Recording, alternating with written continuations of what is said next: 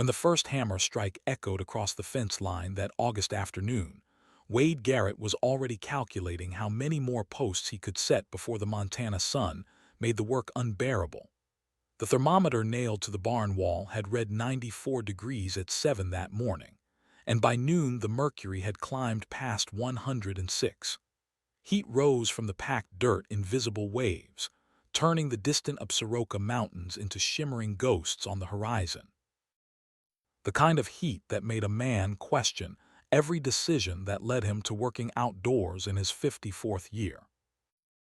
Wade had been mending the south fence line since dawn, replacing rotted posts that should have been replaced 2 summers ago, but kept getting pushed down the list, because there was always something more urgent demanding attention and money. The wood felt hot enough to blister skin even through his leather work gloves. Sweat soaked through his shirt in dark patches that spread and merged until the entire back was one continuous stain. His shoulders ached with the familiar burn of repetitive motion, and his lower back sent occasional sharp reminders that he was not the 30-year-old who had first strung this fence line 3 decades ago. The Saddleback Ranch stretched across 420 acres of high prairie grassland in Park County, Montana, tucked between the Yellowstone River Valley and the foothills of the Beartooth Range. It was land that Wade's father had homesteaded in 1958, land that Wade had inherited in 1992, along with a mortgage and 1,000 lessons about how hard work alone was never quite enough. The ranch house sat 200 yards from where Wade worked, a weathered 2-story farmhouse with white paint peeling from the siding and a porch that sagged slightly on the north end. Linda had always wanted to repaint it, had picked out colors from hardware store samples, soft yellow with white trim. The paint cans were still in the garage, unopened, waiting for a project that would never happen now. 4 years since Linda's death, and Wade still found himself turning to tell her something, still set 2 coffee cups on the counter before remembering. The cancer had taken 18 months from diagnosis to the end, and in that time they had burned through their savings, maxed out 3 credit cards, and sold off 60 head of cattle to pay medical bills that kept arriving long after the funeral. The ranch had survived barely, but the financial damage ran deep. Wade's bank account balance that morning had shown $11,216, and property taxes were due in October. $6,800 that would leave him with just enough to scrape through winter if nothing broke down, if cattle prices held steady, if the drought that had turned his pastures brown for 3 straight summers finally broke. The sound of an engine struggling up the gravel road pulled Wade's attention from the fence post. He straightened slowly, feeling vertebrae pop in his spine, and shaded his eyes against the glare. A dusty pickup truck towing a livestock trailer rattled into view, moving too fast for the rutted road, sending up a plume of dust that hung in the still air like smoke. Wade recognized the truck before he could make out the driver. Ben Hollister's old Ford, the one with the dented passenger door and the tailgate held shut with baling wire. Wade felt his jaw tighten involuntarily. Ben owed him $3,000 for fence work completed 10 weeks ago, work that Wade had finished in late May and been promised payment for by mid-June, then by July 1st, then by the end of July. Each time Wade had called, Ben's voice had gotten quieter, more apologetic, full of promises about contracts coming through and checks in the mail. Wade had needed that money in June to fix the irrigation pump that wheezed and sputtered, but somehow kept running. He needed it even more now that the pump had finally given up entirely 3 days ago, and the quote for a replacement sat on his kitchen table like an accusation. $9,100 including installation. The truck pulled to a stop near the barn, engine ticking as it cooled. Ben climbed out slowly, moving like a man walking to his own execution. He was 47 years old but looked 60, his face deeply lined from years of outdoor work, his shoulders perpetually hunched forward as if bracing against wind. His boots kicked up small puffs of dust with each reluctant step toward Wade. He kept his hands shoved deep in his pockets and his eyes on the ground. Wade set down his post-hole diggers and walked to meet him, wiping his face with a bandana that came away soaked with sweat. The two men stood 10 feet apart in the punishing heat, and Wade waited. After 32 years of ranching, of dealing with contractors and cattle buyers and bank loan officers, he had learned that silence often extracted truth more efficiently than questions. Ben cleared his throat twice before speaking. His voice came out rough, barely above a whisper. "I don't have your money, Wade. I came to tell you that to your face instead of hiding behind the phone anymore." Wade nodded slowly. He had suspected as much, figured that might be the case. What happened? "The housing development project over in Livingston. That was supposed to be my big contract. General contractor filed for bankruptcy protection last month. I'm not getting paid for the work I already did, which means I can't pay my subcontractors, which means I can't pay you." Ben's voice cracked slightly. "I lost everything, Wade. The bank foreclosed on my equipment last week. I'm living in a rented apartment in town, working day labor when I can get it. I've got nothing left to give you except an apology, and I know that won't pay your bills." Wade studied the other man's face, seeing genuine anguish there, seeing the kind of defeat that came from circumstances beyond control rather than laziness or dishonesty. He had worn that expression himself once, during the worst of Linda's illness, when the medical bills kept mounting and the cattle prices kept dropping, and he had lain awake at night doing math that never added up to survival. The memory made his anger soften, though his practical need for that $3,000 remained sharp and urgent. "So what are you proposing here, Ben?" Wade asked, keeping his tone as neutral as possible. Ben turned back toward his truck and let out a sharp whistle that cut through the heavy air. For a long moment nothing happened. The only sounds were the distant lowing of cattle in the north pasture and the persistent buzz of cicadas in the cottonwood trees that lined the creek. Then Wade saw movement behind the livestock trailer. A horse emerged slowly, hesitantly, moving with the painful stiffness of an animal that had been standing too long in a confined space. Wade's first reaction was that someone was playing a cruel joke. The creature that stood before him barely qualified as a horse in any meaningful sense. She was painfully, horrifically thin. Her ribs stood out in sharp relief beneath a coat so dull and patchy it looked like tarnished pewter. The hip bones jutted at angles that seemed anatomically impossible for a living animal. Her spine was clearly visible, each vertebra distinct like beads on a string. The mane hung in matted tangles filled with burrs and what appeared to be dried mud or worse. The tail was missing large sections of hair. What remained hung limp and lifeless. Her head drooped so low the muzzle nearly touched the ground, and her eyes looked hollow, empty of curiosity or hope or anything that suggested awareness of the world around her. The horse's legs were caked with mud from hoof to knee, and Wade could see several cuts and scrapes marking her hide. Some looked fresh and oozing, others were scabbed over but clearly infected, surrounded by swollen, angry flesh. The hooves were the worst part. They were so overgrown they splayed out at unnatural angles, cracked and splitting, clearly causing pain with every step the mare took. Wade had seen neglected animals before in his 3 decades of ranching, had witnessed the casual cruelty that came from ignorance or poverty or simple indifference, but this was particularly bad. This was the kind of neglect that bordered on criminal. "You've got to be kidding me," Wade said flatly. The words came out stripped of all inflection, a simple statement of disbelief. Ben's face flushed red with shame.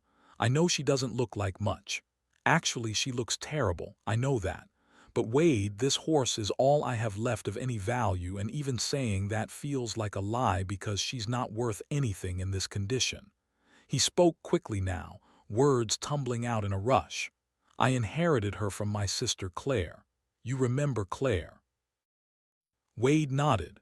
Claire Hollister had worked as a waitress at the diner in town, a quiet woman in her early 50s, always had a kind word and a smile.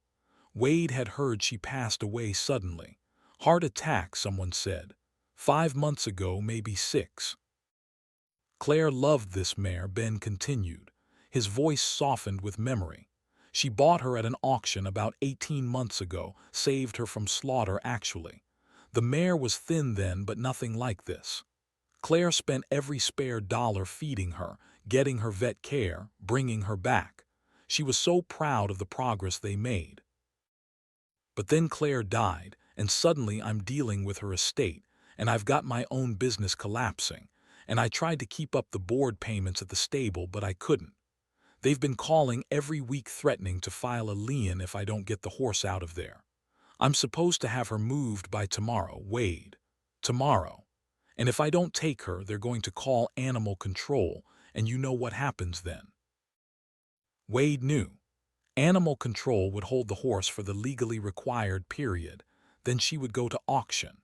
A severely underweight, clearly unsound horse at auction had exactly one destination. The slaughter buyers would bid $100, maybe $200, and she would be loaded onto a trailer with a dozen others and shipped to Canada or Mexico, where horse meat was still legal and profitable. It was an ugly reality of the livestock business that nobody liked to talk about, but everyone understood. "Ben," Wade said carefully, trying to be honest without being cruel, "this horse is worth maybe $300 in her current condition, and that's being generous. She's going to need hundreds of dollars in feed, probably thousands in vet care before she's even remotely healthy. You're essentially asking me to forget about $3,000 and take on what amounts to a money pit. Do you understand what you're asking?" "I do," Ben said quietly. "I absolutely do. And I'm ashamed to even be here making this offer. But Wade, if you don't take her, she dies tomorrow. I've called every rescue I can find, and they're all full. I've posted her online, and nobody wants a horse this far gone. You're my last option. She's my last option." His voice broke. "Claire would never forgive me if I let her go to slaughter after everything she did to save her." Wade looked at the mare again, really looked this time, trying to see past the neglect and suffering to evaluate what might be underneath. Despite the absolutely pitiful condition, despite the mud and matted coat and protruding bones, there was something about the way she was built that caught his experienced eye. Even emaciated and broken down, she had lines that spoke of careful breeding. Her head, though lowered in defeat, had a refined quality to it. Small and delicate, with a slightly dished profile that was different from the quarter horses and ranch breeds Wade usually worked with. Her neck, beneath all the tangles, curved in a way that suggested grace rather than utility. The legs, despite the mud and neglect, were fine-boned and proportioned differently than the stocky, work-oriented horses that populated his ranch. Wade ran his hand through his sweat-dampened hair, thinking about the $9,000 he needed for the irrigation pump, thinking about the property taxes due in October, thinking about his bank account balance and the long winter ahead and all the practical, sensible reasons to say no to this proposition. But he also thought about what would happen if he refused. This mare would be hauled away tomorrow morning, probably terrified and confused, loaded into a county holding facility with a dozen other unwanted animals. From there, the path led inevitably to an auction barn and then to a slaughter truck. Wade had always had a soft spot for animals in distress. It was part of why he had become a rancher in the first place, back when he was a 22-year-old kid who thought hard work and good intentions could solve anything. 32 years had tempered that idealism with harsh financial reality, but it had never quite killed it completely. And looking at this broken mare, he felt something stir in his chest. A mixture of pity and anger at whoever had let her get to this state, and something else he could not quite name. A sense of responsibility, maybe. Or just the stubborn refusal to let one more thing die on his watch. Fine, Wade heard himself say. The word surprised him even as it left his mouth. I'll take her, but you're going to help me unload her properly, and I want whatever papers you have. Registration, vet records if Claire kept any, anything that tells me what I'm dealing with here. Relief washed over Ben's face like a physical wave. His whole body seemed to sag with released tension. Thank you, Wade. God, thank you so much. You have no idea what this means. I promise you're doing the right thing. He hurried back to his truck and returned with a manila envelope that looked like it had been sitting in a dusty glove compartment for months. The edges were yellowed and bent. Everything Claire had is in here. Registration certificate, some old vet records from when she first got the mare, even some photos, I think. Together, moving slowly and carefully to avoid startling the mare further, they led her to one of Wade's smaller paddocks. A quiet area on the east side of the barn, away from the main herd, where she could settle without the stress of establishing social hierarchies with horses who would see her weakness and exploit it. She walked painfully, each step clearly causing discomfort, her head still hanging low. She showed no interest whatsoever in her new surroundings, no curiosity about the fresh water in the trough or the flake of hay Wade tossed into the feeder. It was as if she had given up on the world entirely, retreated to some internal space where nothing mattered anymore. Once the mare was secured with the gate latched, Ben stood for a moment looking at her. I'm sorry, girl, he said softly. Claire loved you. She'd be glad you're here with Wade. He turned to Wade and extended his hand. I know this doesn't settle the debt. I know I still owe you, and someday, somehow, I'm going to make that right. Wade shook his hand. You just did the best you could with a bad situation, Ben. That's all any of us can do. Get yourself back on your feet. That's what matters now. Ben climbed into his truck and drove away slowly, leaving a trail of dust that hung in the still air long after the sound of his engine had faded. Wade stood at the fence watching the mare, who had not moved since they put her in the paddock. She stood with her head down, eyes half closed, looking like she might collapse at any moment. The late afternoon sun beat down mercilessly, and Wade felt the full weight of what he had just done settling onto his shoulders like a physical burden. Well, girl, he said quietly. His voice carried a mixture of resignation and determination. I hope you're worth it, because right now I feel like the biggest fool in Montana, but we're going to figure this out together. You and me. The sound of a car door slamming made Wade turn. His daughter Maggie was walking toward him from where she had parked her Honda near the house. She had arrived from Denver the night before for one of her increasingly rare visits home, and Wade had forgotten she was even here. Maggie was 28 years old, carried herself with the confident posture of someone who had built a successful career in the city, working as a CPA for a firm that did business with oil companies and tech startups. She dressed differently than she had growing up on the ranch. Today she wore expensive jeans and a fitted blouse that looked completely out of place against the backdrop of weathered barn wood and dust. Dad, what was that about? Maggie asked. She had witnessed the whole exchange from the porch. I saw you talking to that contractor who owes you money. Wade leaned against the fence, suddenly feeling exhausted. That was Ben Hollister. He can't pay what he owes. Maggie's eyes narrowed. So you took a half-dead horse's payment. Dad, are you serious? Wade looked at his daughter, seeing Linda in the shape of her face, in the way she tilted her head when frustrated. She's not half dead. She's neglected and malnourished, but she's alive. And yes, I took her. Maggie walked to the fence and looked at the mare with an expression of disbelief. Dad, you can't afford this. You just told me last night that the irrigation pump is broken and you don't have the money to replace it. You need that $3,000. This horse is going to cost you more money, not less. I know, Wade said quietly. Then why? Maggie's voice rose with frustration. Why would you do this? It doesn't make any financial sense. You're already struggling. You're eating canned soup for dinner 3 nights a week. You're putting off repairs on the house. You can't afford to take on another expense, especially not one that's going to need thousands of dollars in vet care. Wade was silent for a long moment, watching the mare. Some debts you can't measure in dollars, Maggie. Your mother taught me that.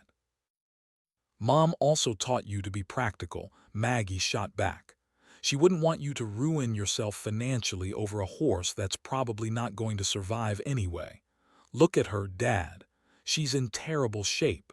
The kindest thing might be to put her down. The word stung, partly because Wade had considered exactly that option. But looking at the mare now, seeing her standing there in the fading afternoon light, he could not bring himself to agree. Maybe she won't make it, he said. Maybe I am being a fool.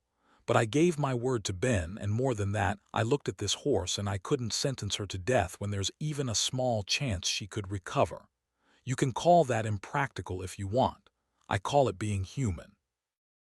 Maggie shook her head, clearly frustrated but knowing her father well enough to recognize when his mind was made up. Fine. It's your ranch, your decision. But don't come crying to me when you can't make the mortgage payment because you spent all your money on vet bills for a horse that never should have been your responsibility in the first place. She walked back toward the house, her footsteps heavy with disapproval. Wade watched her go, feeling the familiar ache of their relationship, which had grown strained since Linda's death. Maggie thought he was too sentimental, too willing to sacrifice his own well-being for animals and principles that did not pay bills. She wanted him to sell the ranch, move to Denver, live in a comfortable apartment where he would not have to work so hard. She meant well, Wade knew, but she could not understand that the ranch was not just property to him. It was identity, purpose, connection to everything that mattered. That evening, after finishing his regular chores and feeding the other horses and checking on the cattle in the north pasture, Wade sat at his kitchen table with the manila envelope Ben had left. The farmhouse was quiet except for the hum of the refrigerator and the occasional creak of settling wood. Through the window, he could see the paddock where the mare stood motionless, exactly as she had been standing for the past 4 hours. Wade opened the envelope and spread its contents across the scarred wooden table, the same table where he and Linda had signed their marriage certificate 29 years ago, the same table where they had celebrated Maggie's high school graduation, the same table where Linda had sat doing medical bills during her illness, her handwriting getting shakier as the cancer progressed. The registration certificate was on top, yellowed with age and spotted with what looked like coffee stains. But it was legible, and it clearly showed that the horse, whose registered name was Sahara's Evening Star, was a purebred Arabian mare.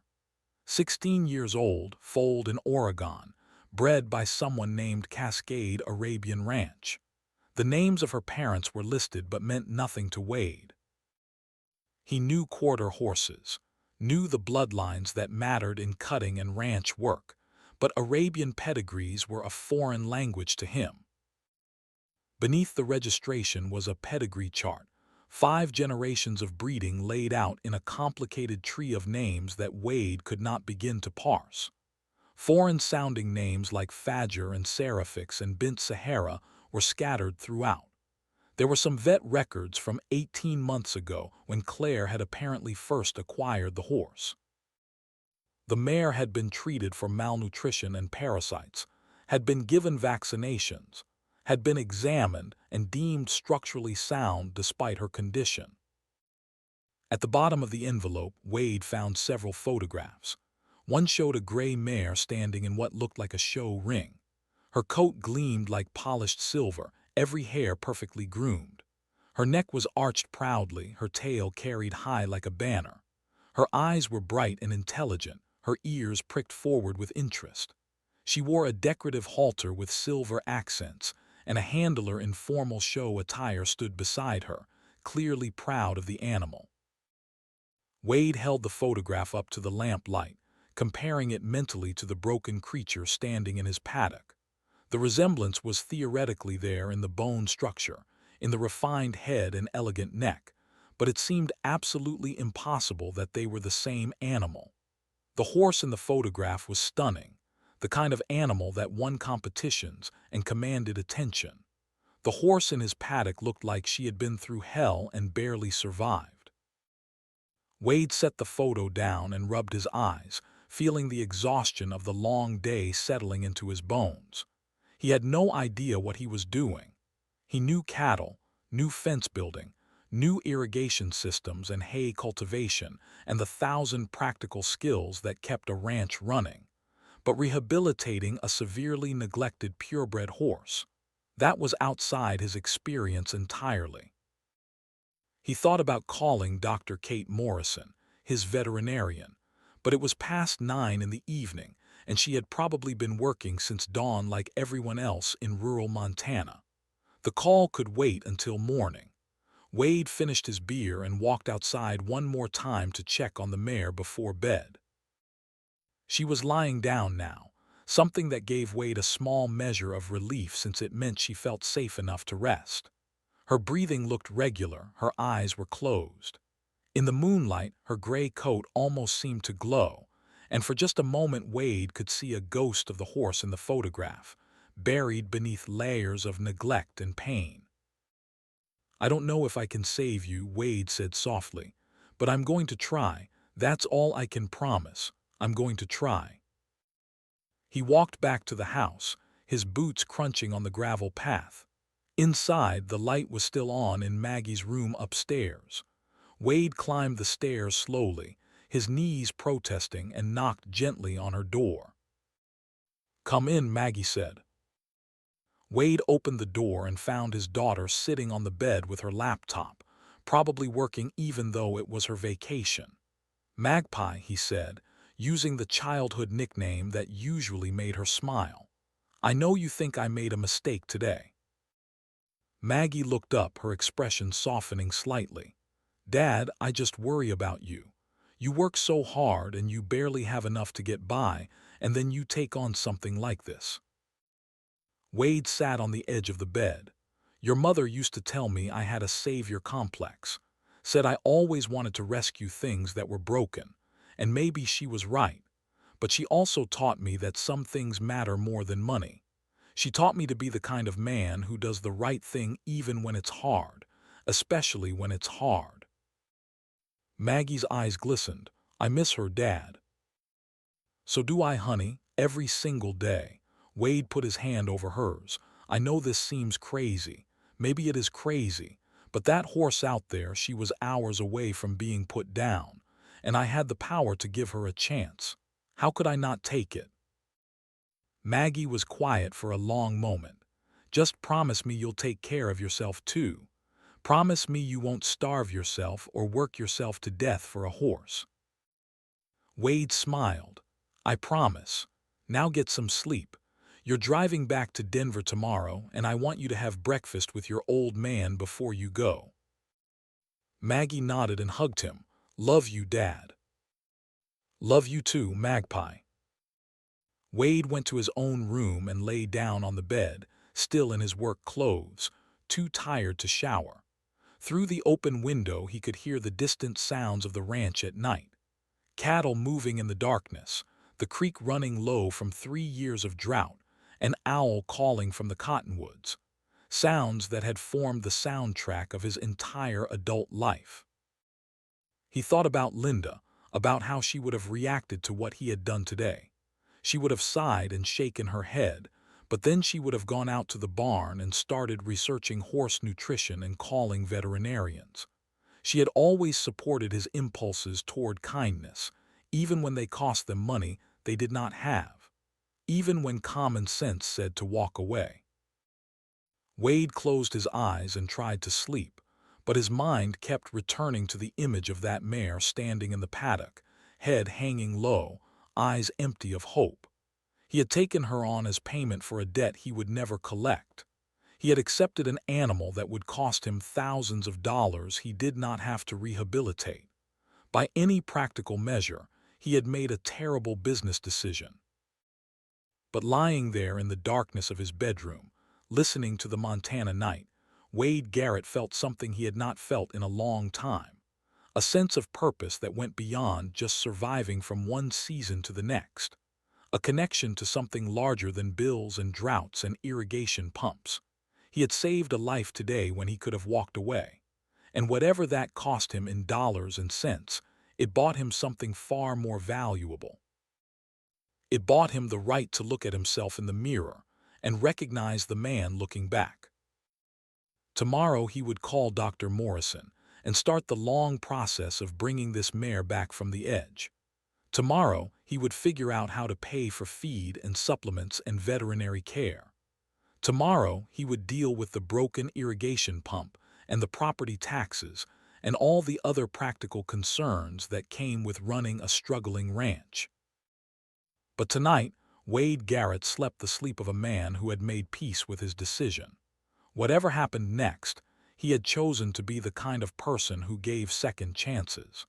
And in a world that seemed increasingly short on mercy, that felt like the only kind of wealth that really mattered.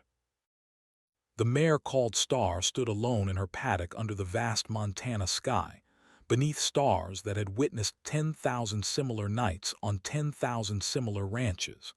She did not know yet that her life had just changed. Did not know that the man who had taken her in would spend the next months fighting to bring her back from the brink. Did not know that she carried in her bloodline secrets that would transform both their futures. For now, she was just a broken horse given one more day. And sometimes, one more day is all you need to find your way back to hope. The first hard freeze came early that year, arriving in mid-October like an uninvited guest who planned to stay through April. Wade woke at 4:30 in the morning to find frost covering every surface of the ranch in a crystalline skin that caught the pre-dawn light and turned the world into something that looked carved from glass. The temperature had dropped to 19 degrees overnight, and the Weather Service was predicting snow by the weekend. Montana winters arrived without apology and left without warning, and Wade had learned over 3 decades that the only way to survive them was to prepare early and expect the worst. He lay in bed for a moment longer than usual, feeling the cold seeping through the walls of the farmhouse despite the furnace running constantly. His breath formed small clouds in the bedroom air, visible in the gray light filtering through frost-covered windows. Every joint in his body ached with the kind of deep bone cold that comes from sleeping in insufficient heat, from working too hard in freezing temperatures, from being 54 years old and still doing the physical labor of a man half his age. Linda used to warm the bed for him on mornings like this, her body heat a small oasis in the Montana winter. Now the other side of the bed was cold, had been cold for 4 years, and Wade had learned to accept the chill as permanent. He pulled on layers of clothing in the dark. Thermal underwear first, then jeans worn soft from years of use, 2 flannel shirts, a thick wool sweater that Linda had knitted for him 15 years ago. The wool had holes in the elbows and frayed cuffs, but Wade could not bring himself to throw it away. It still smelled faintly of her perfume if he buried his face in the collar, though he knew that was probably his imagination playing tricks. Thick socks, insulated work boots, a jacket rated to -20 degrees. Even fully dressed, the cold found its way through every gap and seam. Outside, the world had transformed overnight into something alien and beautiful. The ranch buildings stood stark against the pre-dawn sky, their weathered wood silvered with frost. The fence posts marched into the distance like soldiers, each one crowned with ice that sparkled as the first rays of sun broke over the Absaroka Mountains. The creek that ran through the north pasture had frozen solid, its usual music replaced by silence. Even the wind seemed to have frozen in place, leaving the air so still that the smoke from the chimney rose straight up into a sky that was pale and hard as porcelain. Wade's boots crunched on frost-covered grass as he made his way to the barn. Each breath burned in his lungs, the air so cold it felt sharp as broken glass. His nose hairs froze immediately, and tears formed at the corners of his eyes from the sting of the wind that finally picked up as he crossed the open ground between house and barn. This was Montana winter in its purest form. Beautiful, brutal, indifferent to human comfort or survival. The kind of cold that killed the weak and the unprepared, that tested everything and everyone it touched. Star was waiting at the fence when Wade approached her paddock, and the sight of her stopped him in his tracks. In the 6 weeks since he had taken her in, the transformation was visible but incomplete. She had gained weight, enough that her ribs no longer stood out in sharp relief, enough that her hip bones no longer looked like they might tear through her skin. But she was still painfully thin by any reasonable standard, still carried the visible marks of her ordeal. Her coat had improved dramatically, though, cleaned of mud and manure and carefully brushed each evening, revealing the silver dapple gray that must have been stunning when she was young and healthy.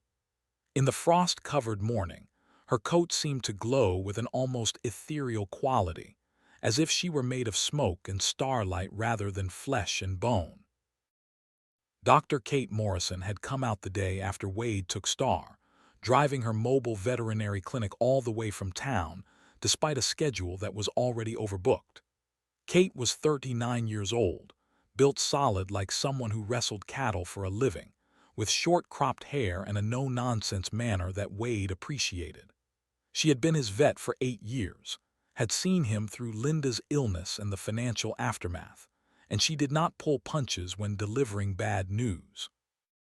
She spent 90 minutes examining Star that first morning, running her hands over every inch of the mare's body, checking teeth and hooves, and listening to heart and lungs with a stethoscope.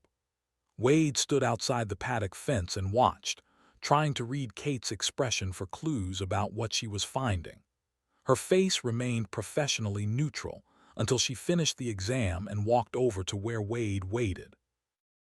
The examination had been thorough and methodical. Kate had started at Star's head, peeling back the mare's lips to examine teeth that were sharp and uneven from years without proper floating. She ran her hands down the mare's neck, feeling for lumps or abnormalities, finding instead only the sharp ridge of spine and protruding bones. The ribs were like xylophone keys beneath Kate's practiced fingers, each one distinct and prominent in a way that made her jaw tighten. She listened to the mare's heart and lungs with her stethoscope, taking longer than usual, listening for irregularities that might indicate damage from the prolonged malnutrition. When Kate picked up Star's left front hoof, Wade saw her expression change. She probed the sole carefully with a hoof pick, then ran her fingers along the coronary band where hoof met leg. Star flinched slightly, pulling her hoof away, and Kate's face grew grim. She set down the hoof gently and moved to the others, comparing, assessing. Then she pulled out her phone and took several photographs of the hooves from different angles. The rain rot on Star's hindquarters was extensive, patches of fur missing where the fungal infection had eaten away at the skin. Kate collected samples with cotton swabs, sealed them in plastic bags for laboratory analysis. She palpated Star's abdomen carefully, checking for signs of organ damage or internal masses that sometimes developed in severely malnourished animals. Wade watched all of this in silence, his anxiety building with each new discovery, each photograph Kate took, each time she frowned and made notes on her tablet. Finally, Kate pulled off her examination gloves and stuffed them in her pocket. She walked over to where Wade waited with the deliberate pace of someone choosing their words carefully. "Well," Wade asked. Kate pulled off her examination gloves and stuffed them in her pocket. She's severely malnourished, body condition score of maybe 2 out of 9. That's about as thin as a horse can get and still be alive. She's got chronic laminitis in the left front hoof, which tells me someone fed her too much rich feed at some point and caused founder. That's permanent damage, Wade. She's always going to have some level of pain and limitation in that foot. She's got rain rot fungal infection all over her hindquarters. She needs her teeth floated badly, and she's carrying a heavy parasite load. Probably worms, maybe bots. Wade felt his stomach sink. How much are we talking to get her healthy? Kate looked at him with something like pity. Conservative estimate. $3,200 in vet bills over the next 6 months. That covers deworming medication, antibiotics for the infections, dental work, hoof care from a farrier every 6 weeks, and regular checkups. Then you're looking at another $1,800 or so in specialized feed and supplements. She needs high-quality hay, senior feed that's easy to digest, vitamin supplements, joint support for that laminitis. And Wade, that's assuming nothing goes wrong. If she develops complications, costs go up. Wade did the math quickly in his head. $5,000 on top of everything else he owed. The irrigation pump still sat broken in the pump house. Property taxes were due in 3 weeks. His credit card was already carrying a balance of $4,800 from Linda's medical bills. He looked at Star, who was standing in the paddock with her head low, completely unaware that her existence had just created a financial crisis. "What are her chances?" Wade asked quietly. Kate was silent for a moment, choosing her words carefully. "If you do everything right, feed her properly without overfeeding, manage the refeeding process carefully so you don't cause more damage, keep her clean and dry, treat the infections aggressively, she's got maybe a 70% chance of making it to a healthy weight. But Wade, even if you get her healthy, she's 16 years old with permanent hoof damage.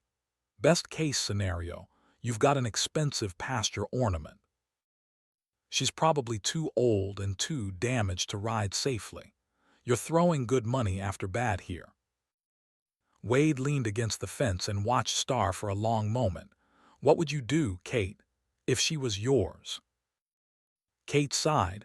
"I'd probably put her down. It would be the merciful thing. She's suffered enough.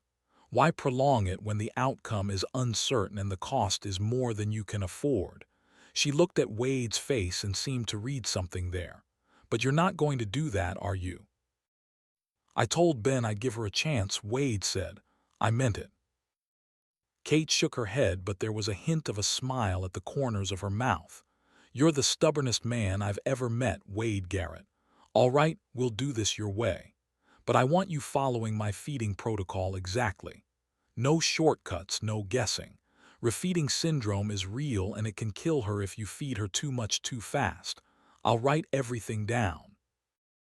She spent another 30 minutes going over the care plan in detail, writing instructions on a yellow legal pad that she tore from her truck's clipboard.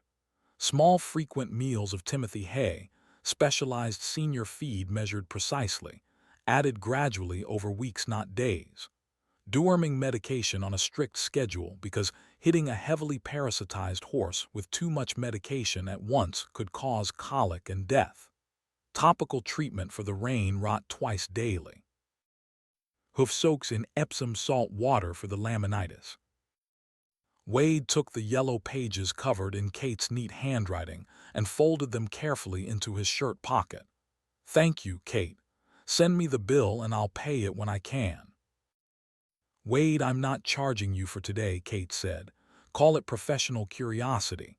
I want to see if you can actually pull this off. But the medications and follow-up visits, those I have to charge for. I've got bills too." "That's fair." Kate climbed into her truck but paused before starting the engine. "Wade, one more thing. Take care of yourself while you're taking care of her. I've seen too many ranchers work themselves to death trying to save something that wasn't worth saving. Don't be one of them." Wade watched her drive away, dust rising behind the truck's tires, and then turned his attention to the work ahead. He spent that first afternoon implementing Kate's instructions with the kind of focused attention he usually reserved for calving season. Small portions of hay every 3 hours, a quarter cup of senior feed mixed with water to make it easier to digest. Fresh water changed twice daily. He moved slowly around Star, talking to her in a low voice. letting her get used to his presence without demanding anything in return. The transformation did not happen overnight. Progress came in increments so small they were almost invisible day to day. But over weeks, Wade began to see changes. By the end of October, Star's ribs were fractionally less prominent. Her coat, now that it was clean and she was receiving proper nutrition, began to show hints of the silver gray it had once been.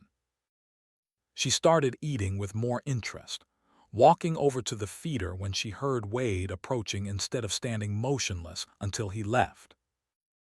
November brought the first real snow, 6 inches that fell overnight and transformed the ranch into a monochrome landscape of white and shadow. Wade's routine did not change. 4:30 every morning, regardless of temperature or weather, he pulled on his insulated coveralls and walked out to feed Star. The cold was sharp enough to make his lungs ache, turning his breath into clouds of vapor that hung in the still air. His fingers went numb inside his gloves while he measured feed and broke ice on water troughs. The barn heater chose the worst possible moment to die, giving up with a mechanical wheeze on a night when the temperature hit -18 degrees. Wade woke at 2 in the morning to silence where there should have been the rumble of the furnace, and he knew immediately what had happened. He pulled on his boots and coat and trudged through knee-deep snow to the barn, where his breath frosted in the air, and the cold was so intense it felt like a physical presence. The heater was ancient, installed when Wade's father had built the barn in 1963, and it had been held together with duct tape and prayer for the last decade. Wade spent an hour trying to coax it back to life before accepting defeat. A replacement would cost $1,800 that he absolutely did not have. He made a decision in that frozen barn at 3 in the morning, standing in the dark with only his flashlight for illumination. He dragged an old cot from the tack room into the barn office, piled blankets on top, and for the next 6 weeks he slept there more nights than he slept in his own bed. The barn office was barely insulated, and even with a small electric space heater running constantly, the temperature inside rarely climbed above 45 degrees. Wade wore thermal underwear and 2 layers of clothing to bed. He woke every 2 hours to check on Star, to make sure her water had not frozen, to throw an extra blanket over her back when the wind howled through gaps in the barn siding. Some mornings he woke to find frost coating the inside of the windows, his breath visible even inside the office. December arrived with the kind of relentless cold that made everything harder. Feeding took twice as long because Wade had to break ice on water troughs with a metal bar, swinging it like an axe to shatter the thick layers that formed overnight. The truck's diesel engine refused to start on the coldest mornings, the fuel gelling in the lines despite the additive Wade mixed in, forcing him to walk everywhere on the ranch through snow that accumulated in drifts higher than his knees. His hands developed cracks from the dry, cold, deep fissures in the skin that bled and refused to heal no matter how much lotion he applied. The splits opened wider each day, painful and raw, made worse by constant exposure to water and leather and the abrasive texture of hay bales. He wrapped them in athletic tape to keep dirt out of the wounds and kept working, because stopping was not an option. Christmas came and went with barely any acknowledgement. Maggie did not visit, sending instead a card that arrived 3 days before the holiday. The envelope was expensive, cream-colored paper with her return address embossed in elegant script, the kind of stationery that professional people in Denver used for important correspondence. Inside was a generic card with a snow scene and gold foil lettering. The message she had written was brief and formal, her handwriting smaller and more controlled than Wade remembered from when she was young. "Merry Christmas, Dad. Hope you're taking care of yourself. Please reconsider your priorities. Love, Maggie." Wade read the card 3 times, looking for warmth in the words and finding only distance. Please reconsider your priorities. As if his choice to save Star's life was evidence of poor judgment rather than commitment to values Maggie herself had been raised with, as if 32 years of ranching had taught him nothing about what mattered and what did not. He propped the card on the kitchen counter next to the coffee maker, where he would see it every morning, a daily reminder of the growing gap between him and his only child. He called her on Christmas Eve, standing in his cold kitchen with the phone pressed to his ear, listening to it ring 6 times before her voicemail picked up. The sound of her recorded voice saying she was unavailable but would return the call as soon as possible felt like rejection wrapped in courtesy. Wade waited for the beep and then spoke to the machine, knowing she was probably looking at her phone screen and choosing not to answer. "Hey Magpie, it's Dad. Merry Christmas, honey. I miss you." Star's doing better, gaining weight slowly. "I think you'd be proud of how far she's come." He paused, wanting to say more, wanting to bridge the distance that had grown between them with words that might reach through her anger and hurt to the daughter who used to follow him around the ranch asking endless questions about every animal and plant. "Call me when you get a chance," he finally said. "Love you." She did not call back. Not that night, not on Christmas Day, not in the week that followed. Wade checked his phone obsessively for 3 days, hope fading a little more each time he looked at the screen and found no missed calls. He thought about calling again, thought about driving to Denver and showing up at her apartment, thought about 100 different ways to force a conversation she clearly did not want to have. But pride and hurt kept him from doing any of those things. If Maggie wanted to talk to him, she knew his number. Wade spent Christmas Day alone in the barn, sitting on an overturned bucket watching Star eat her midday meal. He had brought a thermos of coffee from the house and a sandwich made from bread that was starting to go stale, but the food sat untouched beside him as he watched the mare. The barn was quiet except for the sounds of Star eating, the peaceful grinding of her teeth on hay, the occasional soft snort of breath through her nostrils. Weak winter sunlight filtered through gaps in the barn siding, creating bars of light and shadow across the stall floor. Dust motes drifted in the illuminated spaces like snow that never landed. Star had gained enough weight that her spine was no longer visible, and her hip bones no longer jutted out like knife edges trying to tear through skin. Her coat had improved dramatically, revealing the dappled silver-gray pattern that must have been stunning in her prime. Each dapple was like a thumbprint of darker gray against the lighter silver, creating a complex pattern that seemed to shift and change depending on how the light hit her. Her eyes had changed too, no longer hollow and hopeless but showing hints of curiosity and awareness. When Wade approached the fence now, she sometimes walked over to greet him, reaching her nose toward his hand, breathing in his scent with the soft, inquisitive sounds horses make when investigating something interesting. Wade sat on that bucket for more than 2 hours, long after Star had finished her hay and moved to stand in the sunlight at the far end of the paddock. He thought about Christmases past, about Linda cooking turkey in their small kitchen while Maggie helped make pie crust, getting flour on her nose and in her hair. About Linda's last Christmas, spent mostly in bed but insisting on coming downstairs for dinner, wrapped in blankets and too thin but determined to maintain the traditions they had built together. About the first Christmas after her death, when Wade and Maggie had tried to celebrate and ended up crying in the kitchen, unable to pretend the absence did not matter. This Christmas, sitting alone in a drafty barn watching a rescued horse, felt both better and worse than that first terrible one. Better because Wade had purpose again, had something to care for that needed him. Worse because Maggie was alive and well and choosing not to be here, choosing distance over family in a way that death had never allowed them to choose. The light began to fade earlier than seemed right, the short days of winter compressing time into narrow bands of usable daylight. Wade stood stiffly, his muscles protesting from sitting too long in the cold, and gathered his thermos and uneaten sandwich. He checked Star's water one more time, broke the thin skin of ice that had formed in the 2 hours he had been sitting there, and walked back to the empty house.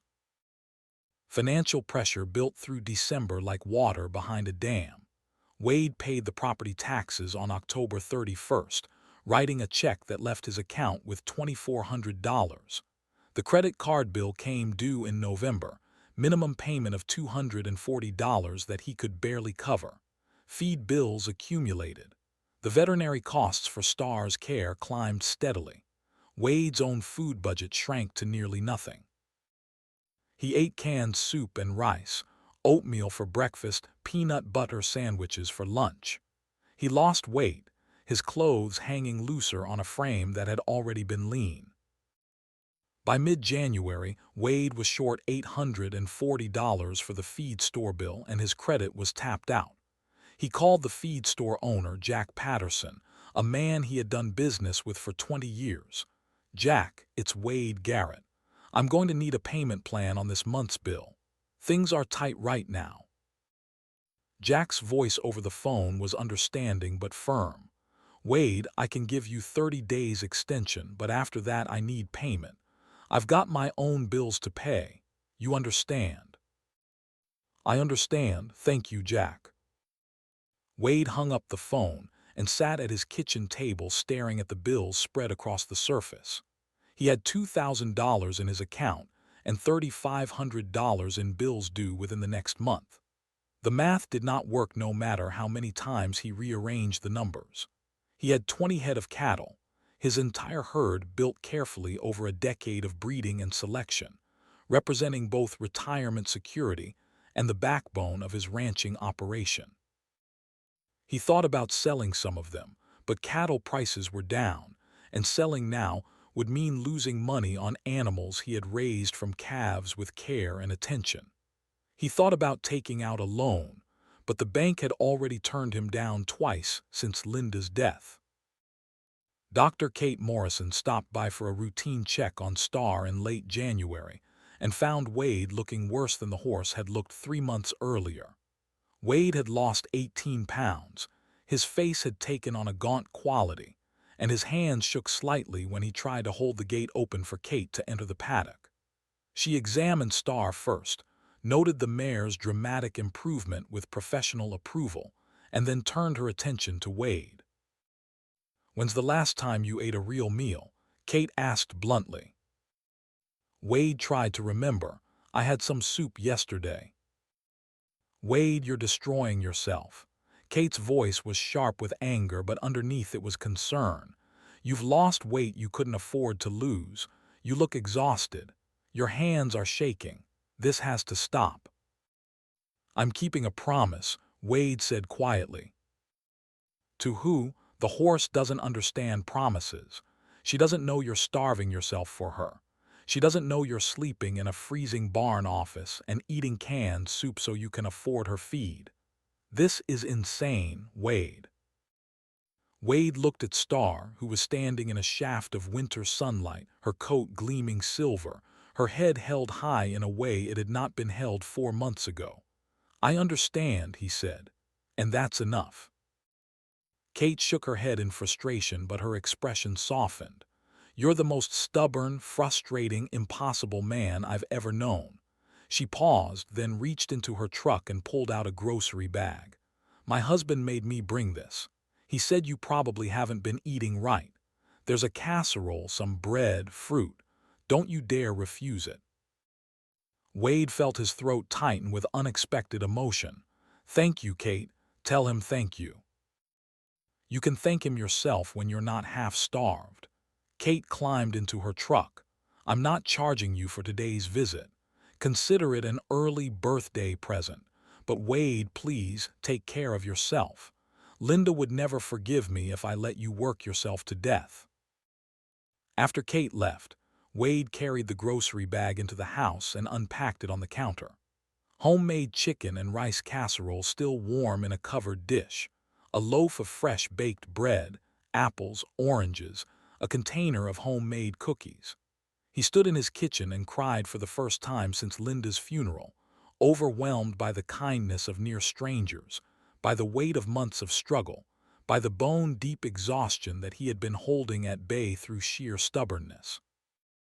He heated the casserole and ate until he felt uncomfortably full, his stomach protesting food richer than the canned soup it had grown accustomed to. Then he wrapped himself in his coat and walked out to the barn to check on Star one more time before sunset. He found a visitor waiting by the paddock fence, an older man in a sheepskin coat and a worn Stetson hat, leaning against the rails and studying Star with the focused attention of someone who knew what they were looking at. Wade recognized him immediately. Tom Reeves, retired brand inspector, a fixture in Park County ranching circles for 40 years before he retired 5 years ago at 63. Tom lived about 15 miles south, ran a small place with a few horses and some beef cattle, and was known throughout the region as an expert on horse bloodlines and local livestock history. "Tom," Wade said in greeting, "what brings you out this way?" Tom turned and extended a weathered hand. "Wade Garrett, good to see you. June McAllister told me you took in an Arabian mare, said she was in pretty rough shape when you got her. I wanted to come see for myself if you don't mind." Wade shook his hand, noting the strength still in Tom's grip despite his age. "Don't mind at all, though I'm not sure what's so interesting about a half-starved rescue horse."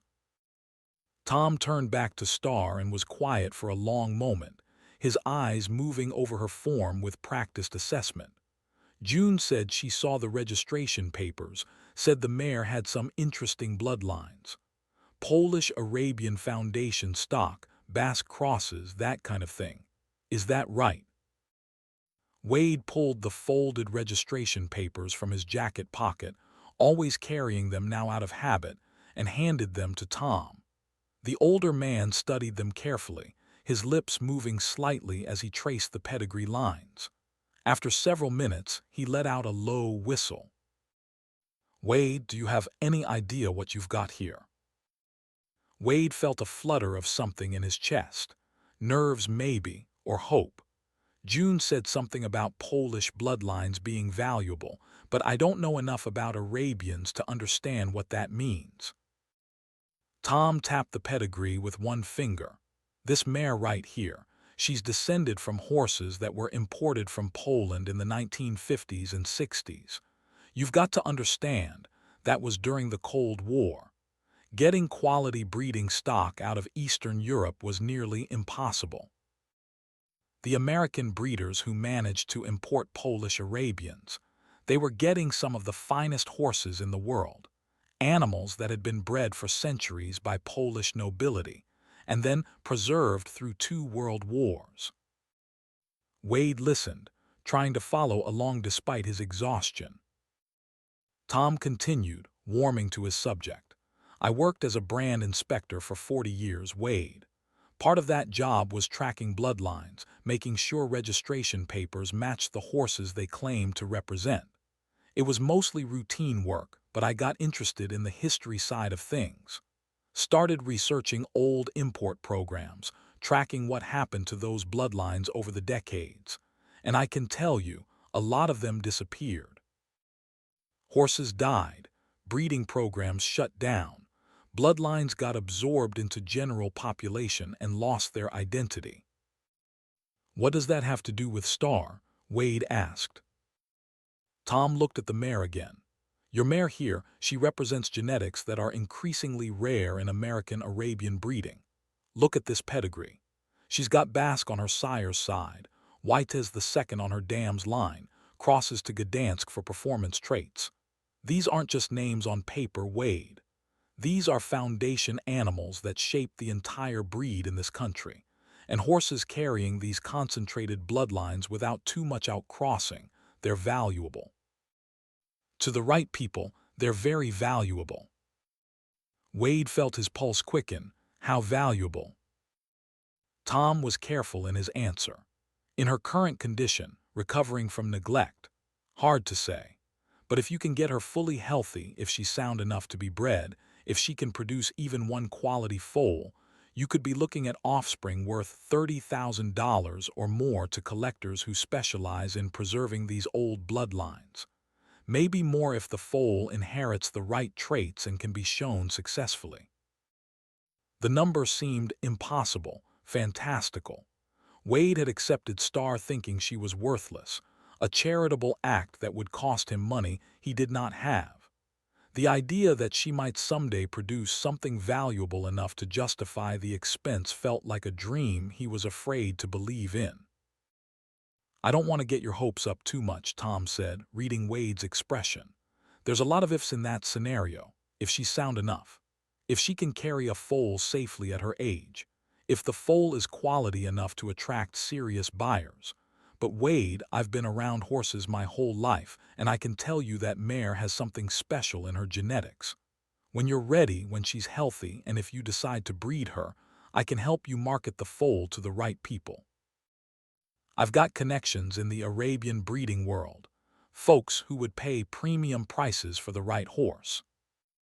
Wade looked at Star, seeing her in a completely new light. What would it take to get her ready for breeding? Tom considered the question. First, she needs to finish recovering. Get her to a healthy weight, which you're doing. Then you'd need a reproductive vet to examine her, make sure she's physically capable of carrying a foal. She's 16, which isn't too old for a mare, but given her history of neglect, there could be complications. If she gets cleared, you'd need to find the right stallion to breed her to, someone with compatible bloodlines who can complement her strengths. And then you need to manage the pregnancy carefully, which means regular vet checks, proper nutrition, safe environment. It's not cheap and it's not without risk. Wade absorbed this information, his mind already running calculations. How much are we talking for all of that? Reproductive exam, maybe $800 to $1,000. Stud fee varies wildly depending on the stallion. Could be anywhere from a couple thousand to 15,000 or more for a really top quality sire. Pregnancy monitoring and care, figure another 3,000 over 11 months. So you're looking at minimum $6,000 to $8,000 investment before you even have a foal on the ground. And there's always the risk something goes wrong. The numbers were daunting, but compared to what Tom was suggesting the foal might be worth, the math started to make a different kind of sense. A risky investment, but one with potential for real return. Wade felt something he had not felt in months. Not quite hope, but maybe its quieter cousin. Possibility. "Tom, I appreciate you coming by and explaining all this," Wade said. "I've got a lot to think about." "Take your time," Tom replied. "You focus on getting her healthy first. Everything else can wait." He handed back the registration papers and tipped his hat. "You've done good work with her, Wade. She looks 100 times better than June described. Whatever you decide, you should be proud of that." After Tom left, Wade stood at the fence as the sun set behind the mountains, painting the snow-covered landscape in shades of orange and purple. Star walked over and stood beside the fence near him, close enough that Wade could reach out and touch her neck. He ran his hand along her coat, feeling the muscle that was slowly developing beneath her skin, the life that was returning to a body that had been so close to death. "Maybe you're worth something after all, girl," Wade said softly. "Maybe we both are." The last week of January brought a brief thaw, temperatures climbing into the 40s during the day, melting some of the accumulated snow and turning the ranch roads into rivers of mud. Wade took advantage of the warmer weather to clean the barn thoroughly, to air out the stalls, to inventory his feed supplies and realize with a sinking feeling that he was going to need to buy more hay sooner than planned. He was in the barn doing this work when he heard a vehicle pull up to the house. Not the familiar sound of a ranch truck, but something smoother, more expensive. Wade walked out to find a silver luxury SUV parked in his driveway, pristine and out of place against the backdrop of his weathered ranch buildings. A man climbed out, dressed in jeans that looked like they cost more than Wade spent on groceries in a month, and a jacket that screamed city money trying to look rural. The man was probably 56 or 57, well-fed, his face carrying the kind of tan that came from vacation homes in warm climates rather than outdoor work. He extended a hand as Wade approached. "Victor Lang. I've been buying up some properties in the area. Thought I'd stop by and introduce myself." Wade shook the offered hand, noting the softness of it, the lack of calluses. "Wade Garrett. This is Saddleback Ranch." "Beautiful property," Lang said, looking around with the appraising eye of someone who saw real estate rather than land. "How many acres?" 420. "That's a good size operation. You running cattle primarily?" "Cattle and horses," Wade said carefully. "What can I do for you, Mr. Lang?" "Call me Victor." Lang smiled, but it did not reach his eyes. "I'll be direct with you, Wade. I've been acquiring ranches in this area for development and consolidation. High-end properties for people who want the Montana ranch experience without all the work. Gentleman ranches, if you will. I've bought 3 properties in the last 6 months and I'm looking to acquire more. I'd like to make you an offer on Saddleback." Wade felt his spine stiffen. "The ranch isn't for sale." "I understand that's your initial reaction," Lang said smoothly, "but hear me out. I'm prepared to offer you $340,000. That's about $40,000 over current market value. You could pay off any debts you have, retire comfortably, maybe move closer to family. At your age, Wade, don't you think you've earned some rest?" The words hit Wade like a slap. At your age. As if 54 was ancient, as if 32 years of building something meant it was time to quit. Wade looked at Lang and saw everything he had spent his life resisting. The commodification of land, the reduction of legacy to dollar amounts, the assumption that everyone had a price. "My age is just fine, thank you," Wade said, keeping his voice level with effort. "And the ranch isn't for sale. Not for $340,000, not for any amount." Lang's smile faded slightly. "That's a very generous offer, Wade. You should think carefully before refusing it." "I don't need to think about it," Wade said. "This is my home. My father homesteaded this land. My wife is buried on the hill overlooking the creek. I'm not selling." Lang pulled a business card from his pocket and handed it to Wade. "The offer stands until March 31st. After that, the price drops. I'd advise you to reconsider. Development is coming to this area whether you participate or not. You could benefit from it, or you could watch your property value decline as you get surrounded by progress." Wade took the card but did not look at it. "I'll take my chances." Lang climbed back into his SUV and drove away, leaving deep ruts in the muddy driveway.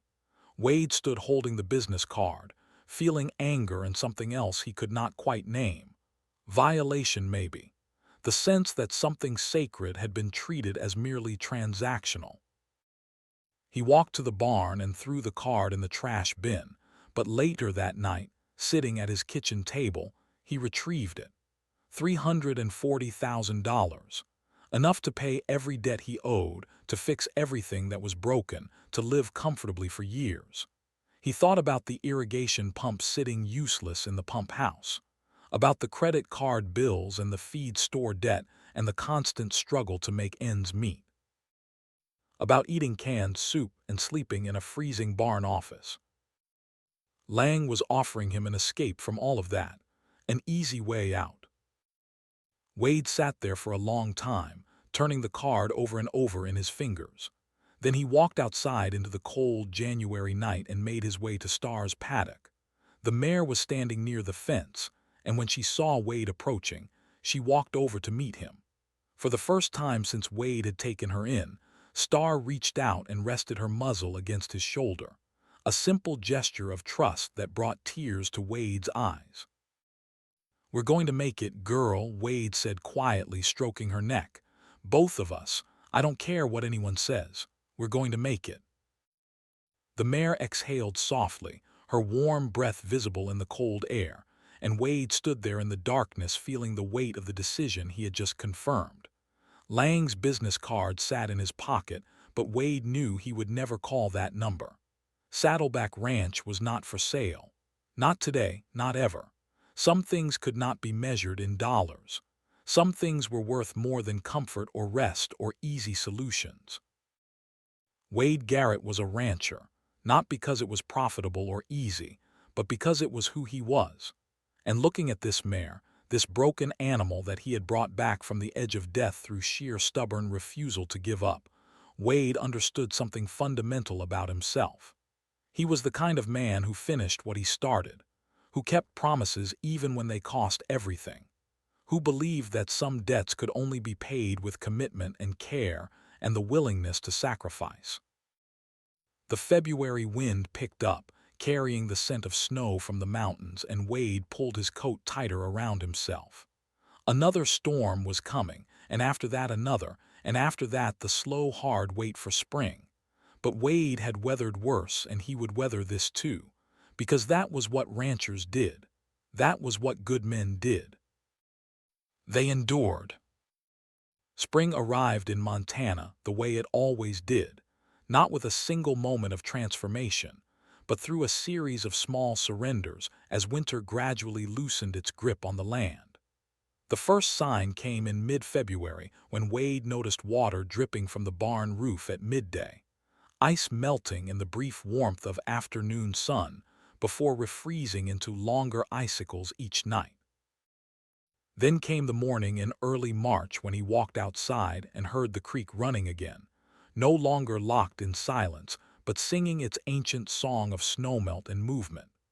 The sound was so unexpected after months of frozen quiet that Wade stood still for 5 minutes just listening, feeling something in his chest loosen in response to that liquid music.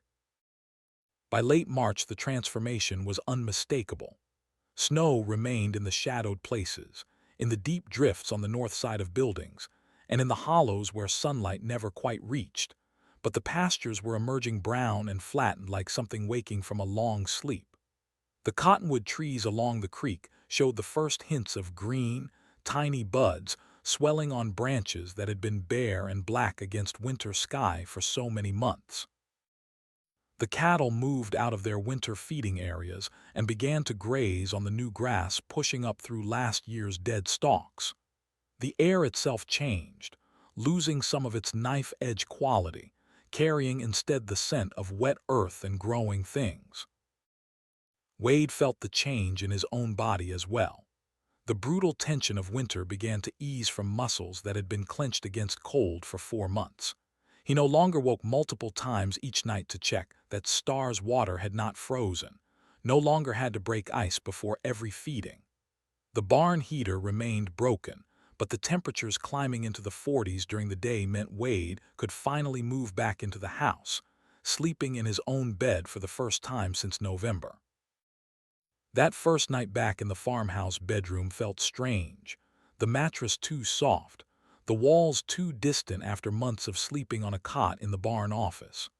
But his body knew rest when it found it, and Wade slept for 10 hours straight, waking to sunlight streaming through windows he had forgotten could be anything but frosted over. Star's transformation through those spring months was nothing short of remarkable. By early April, she had reached what Dr. Kate Morrison assessed as a body condition score of 6 out of 9, exactly where a healthy horse should be. The painful thinness was gone, replaced by smooth muscle and appropriate fat coverage.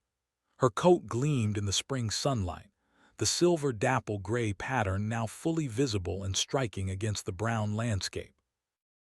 She moved with a confidence and grace that had been completely absent when Wade first took her, trotting around her paddock for the sheer joy of movement, tossing her head and snorting in a way that made Wade smile despite himself. But the most profound change was in her eyes and her behavior. The hollow, defeated look was gone entirely, replaced by bright intelligence and curiosity. She had learned Wade's routine and anticipated it, walking to the gate when she heard his footsteps, nickering softly in greeting. When he entered the paddock, she would approach and rest her head against his chest, breathing in his scent, allowing him to stroke her neck and scratch behind her ears in the places she liked best. It was the kind of bond that developed between humans and horses when trust was earned through patience and consistency, and Wade treasured it more than he could articulate. On a warm afternoon in mid-April, Dr. Allison Farmer arrived at Saddleback Ranch in a veterinary truck Wade had never seen before. Tom Reeves had recommended her as the best reproductive specialist within 200 miles, a woman who had spent 20 years working with high-value breeding horses and knew everything there was to know about getting mares safely through pregnancy and foaling.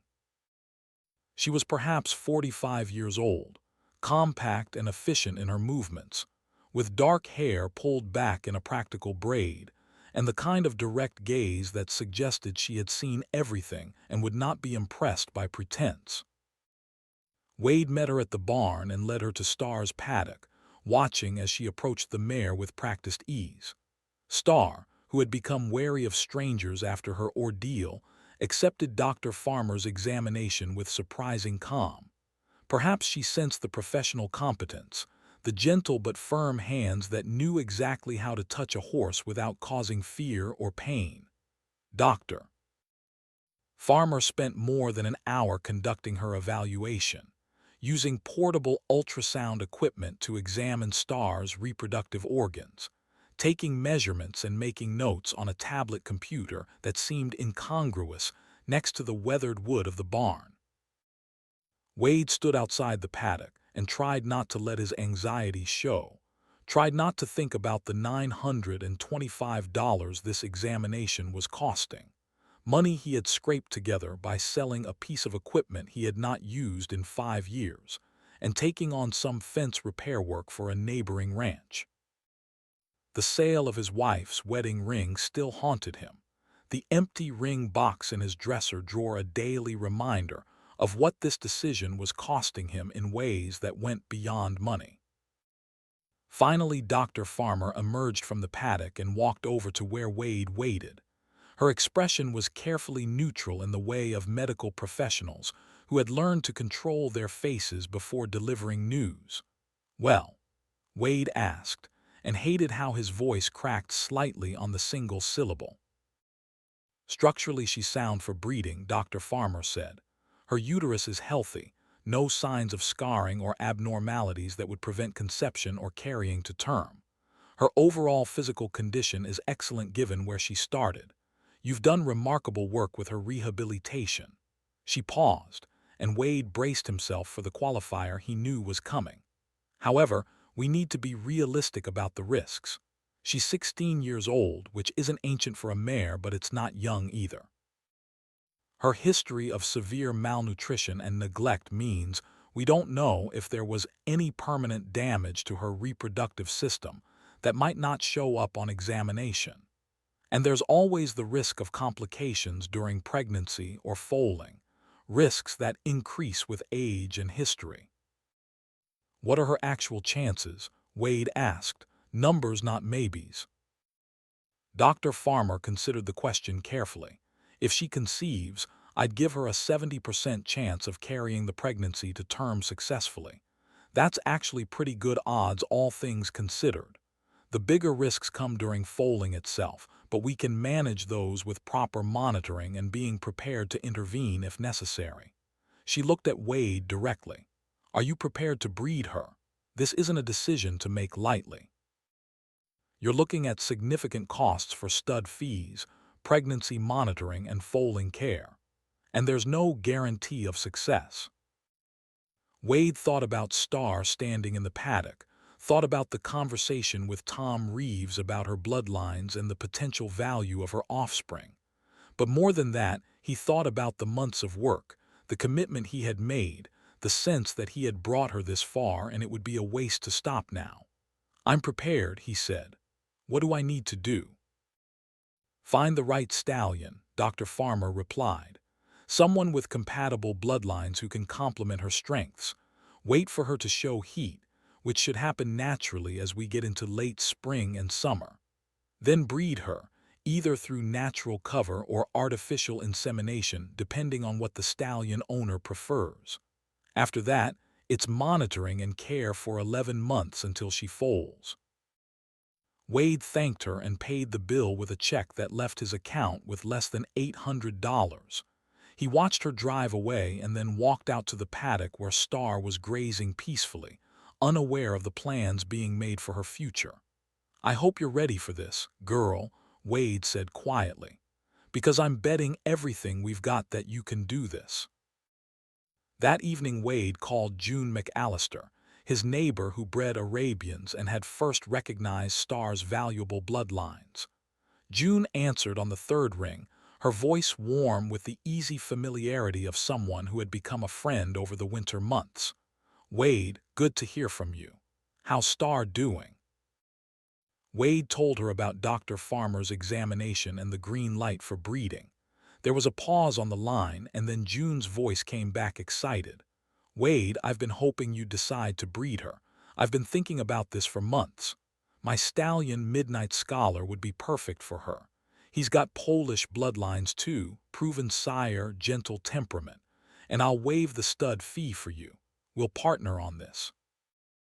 You cover her care and monitoring costs. I provide the stallion and facilities. We split whatever the foal sells for 50-50. Wade felt relief wash through him like warm water. "June, I can't ask you to waive the stud fee." "You're not asking, I'm offering." June's voice was firm. "Star represents genetics that are rare and valuable. I want to be part of preserving that. And honestly, Wade, I believe in what you've done with her. You saved her life when you had every practical reason not to. That means something." They talked for another hour, working out the details. Star would come to June's farm in mid-June when she showed signs of being in heat. The breeding would be natural cover rather than artificial insemination because June believed it resulted in better conception rates. Star would stay at June's place for a week to ensure the breeding took, then return to Saddleback for the pregnancy. It all sounded straightforward when laid out in conversation, but Wade knew that the reality would be complicated by 100 factors they could not anticipate. The call with Maggie came unexpectedly on a Saturday morning in early May. Wade was working on repairing a section of fence, the same endless task that defined ranch work, when his phone rang in his pocket. He almost did not answer, his hands covered in dirt and his mind focused on getting the post set straight, but something made him pull off his gloves and check the screen. Maggie's name appeared, and Wade's heart rate increased immediately. She had not called in more than 3 months, not since before Christmas, and the sight of her name on the screen filled him with equal parts hope and dread. "Dad," she said when he answered. Her voice sounded strained, as if the call was costing her something to make. "Magpie," Wade replied, trying to keep his tone neutral. "It's good to hear your voice." There was a pause, the kind of loaded silence that happens between people who have too much unsaid between them. "I heard from June McAllister," Maggie finally said. "She called me last week to tell me you're planning to breed that horse. Dad, are you insane? You barely survived winter. You're still in debt. You can't afford the vet bills and feed costs for a pregnancy. What if something goes wrong?" Wade took a breath, choosing his words carefully. "Star is healthy now. The reproductive vet cleared her for breeding. This is a chance to create something valuable to make this whole investment worth it." "Investment?" Maggie's voice rose. "Dad, this isn't an investment, it's a gamble. You're gambling with money you don't have on a horse that might not even survive pregnancy. What happens when you need emergency vet care at 2 in the morning and you don't have the money? What happens if she dies foaling and you've spent everything on a dream that never materializes?" Wade felt anger stirring in his chest, defensive and hot. "What do you want me to say, Maggie? That I should have let her go to slaughter? That I should sell her now to someone who just sees dollar signs? I made a commitment to this animal. I brought her back from the edge of death. I'm not going to abandon her now when there's a chance to see this through. This isn't about the horse, Dad. Maggie's voice cracked. This is about you destroying yourself for something that doesn't love you back, that can't appreciate what you're sacrificing. Mom wouldn't want this. She'd want you to take care of yourself, to be practical, to stop trying to save everything broken that crosses your path. The mention of Linda hit Wade like a physical blow. Don't tell me what your mother would want. You don't get to use her memory as a weapon. Then what do I use? Maggie was crying now. Wade could hear it in her voice. How do I make you see that you're killing yourself? I already lost Mom. I can't lose you too, Dad. I can't watch you work yourself to death for a horse. Wade stood in the Montana sunshine with the phone pressed to his ear, hearing his daughter's tears, feeling the weight of her fear and love and frustration.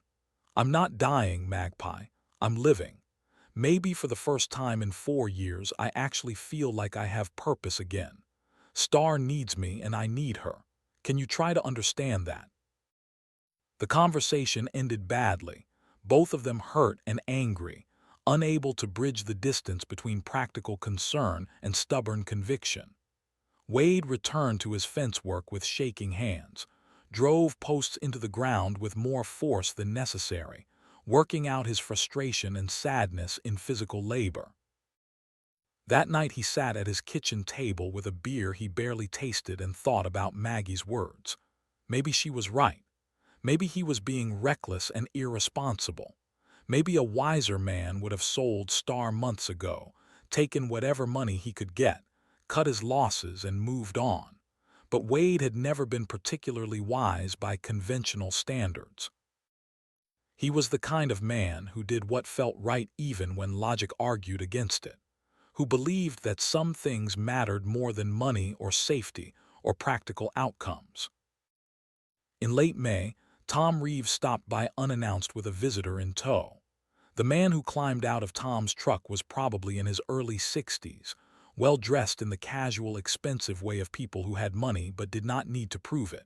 He wore jeans that actually fit properly, a shirt that looked like it had been professionally pressed, and boots that were clearly for show rather than work. Tom made the introductions. Wade, this is Dr. Richard Pemberton from Minnesota. He's the collector I mentioned, specializes in Polish Arabian bloodlines. Richard, this is Wade Garrett and that's Star. Pemberton spent 30 minutes examining Star from every angle, taking photographs, asking Wade questions about her rehabilitation and health. His eyes had the sharp assessing quality of someone who knew exactly what he was looking at and what it was worth.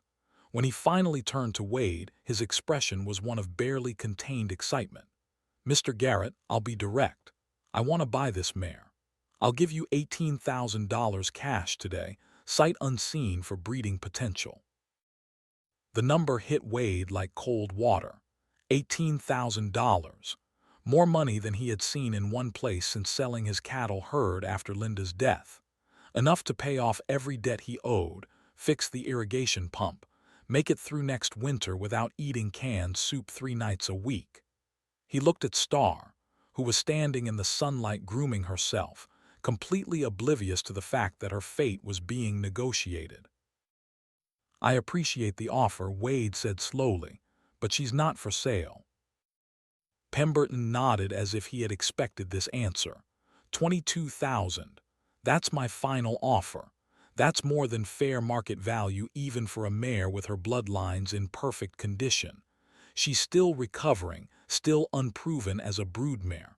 You'll never get a better offer than this.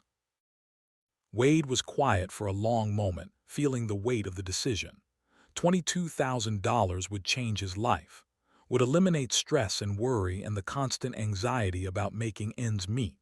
But looking at Star, he thought about the months of care, the nights sleeping in a freezing barn office, the way she trusted him now when she had trusted no one when she arrived. Selling her felt like betrayal, like he had saved her life just to profit from it. Sir, Wade said carefully, I understand that's a generous offer. But this mare trusted me when she had no reason to trust any human again. I can't sell her to a stranger, no matter how much money you're offering. She's not a commodity to me. She's a living being who's been through hell, and I owe her more than that." Pemberton looked at him with an expression Wade could not quite read. Respect maybe, or disappointment, or both. "You're making an emotional decision rather than a financial one. You understand that?" "I do," Wade replied, "and I'm comfortable with it." After Pemberton and Tom left, Wade walked out to Starr's paddock and leaned against the fence. The mare came over immediately, resting her head against his chest in the gesture she had learned meant comfort and connection. "You're worth more than money, girl," Wade said softly. "You taught me that. I just hope I can live up to what I promised you." June came to pick up Starr on June 15th, towing a horse trailer behind her truck. It was a warm morning, the kind of perfect early summer day that made Montana feel like the most beautiful place on earth. Wade loaded Starr into the trailer with hands that shook slightly. This was the first time he had been separated from her since taking her in 10 months ago, and the sense of loss was immediate and visceral. June noticed his hesitation. "She'll be fine, Wade. I'll take good care of her. You can visit every day if you want." Wade did visit every day. He would finish his morning chores at Saddleback and drive the 8 miles to June's ranch, where he would spend an hour or two just watching Starr. June's stallion, Midnight Scholar, was a magnificent bay Arabian with a black mane and tail, powerful but gentle in his movements. The breeding process took 3 days, Starr initially resistant to the stallion's attention but gradually accepting him. Wade watched from outside the paddock, feeling like he was intruding on something private and profound. On June 18th, the veterinarian confirmed that breeding had been successful. Starr was bred, and now they would wait 2 weeks before doing an ultrasound to confirm pregnancy. Wade brought her home that afternoon, leading her out of the trailer and back into her familiar paddock. She walked around sniffing everything as if making sure it was all still as she remembered, then came over to Wade and rested her forehead against his chest. "Welcome home, girl," Wade said, and felt foolish for the tears that pricked at his eyes. The confirmation ultrasound on June 30th showed a strong heartbeat, a single embryo developing normally. Wade stood in the barn watching the grainy black and white image on the ultrasound screen, seeing the tiny flicker that was a new life beginning, and felt wonder mixed with terror. 11 months from now, if everything went right, Starr would deliver a foal. 11 months of careful monitoring, proper nutrition, constant vigilance. 11 months of holding his breath and hoping nothing went wrong.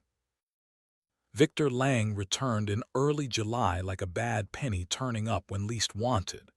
Wade was working on cleaning out a water trough when he heard the expensive purr of Lang's SUV pulling into the driveway. He straightened slowly, feeling his back protest, and walked over to meet the developer before he could get out of his vehicle. "Mr. Lang," Wade said evenly, "what can I do for you?" Lang climbed out and stood with his hands in his pockets, looking around the ranch with proprietary interest. "I wanted to give you an update on my development plans.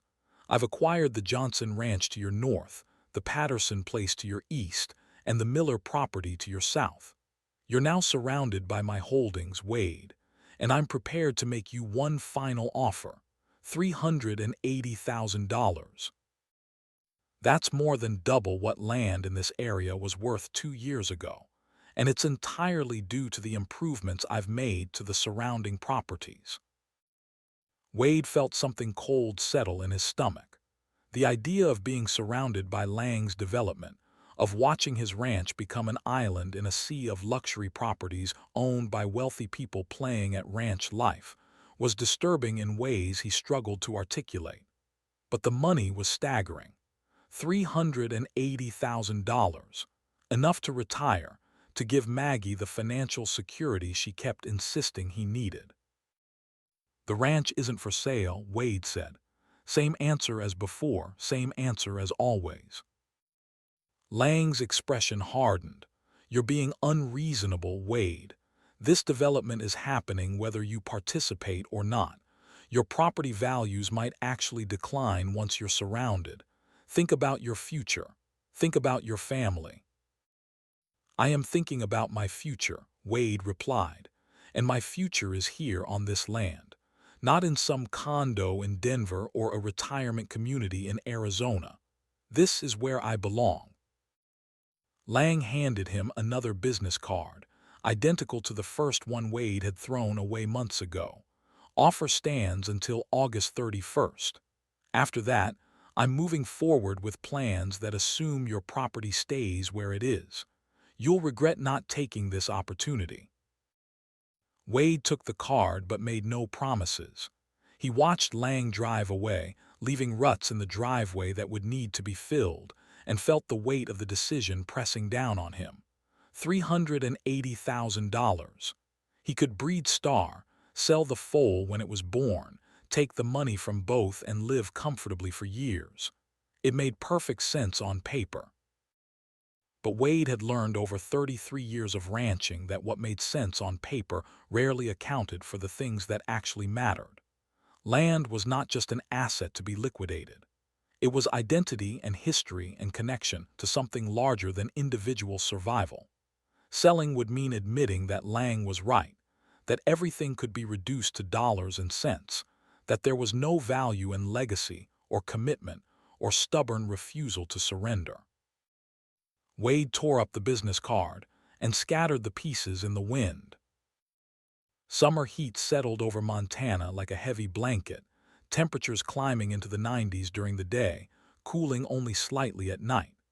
Star's pregnancy progressed through its early weeks without obvious complication. She ate well, moved comfortably, showed no signs of distress. Wade followed Dr. Farmer's monitoring schedule religiously, bringing her in for ultrasounds every 2 weeks, watching for any indication that something might be going wrong. Financial pressure continued to build despite Wade's best efforts to control costs. Hay prices had spiked due to drought conditions across the region, jumping from $220 per ton to $340. Pregnancy monitoring visits cost $200 each, adding up quickly over weeks. Wade's careful budget, already stretched thin, began to fray at the edges.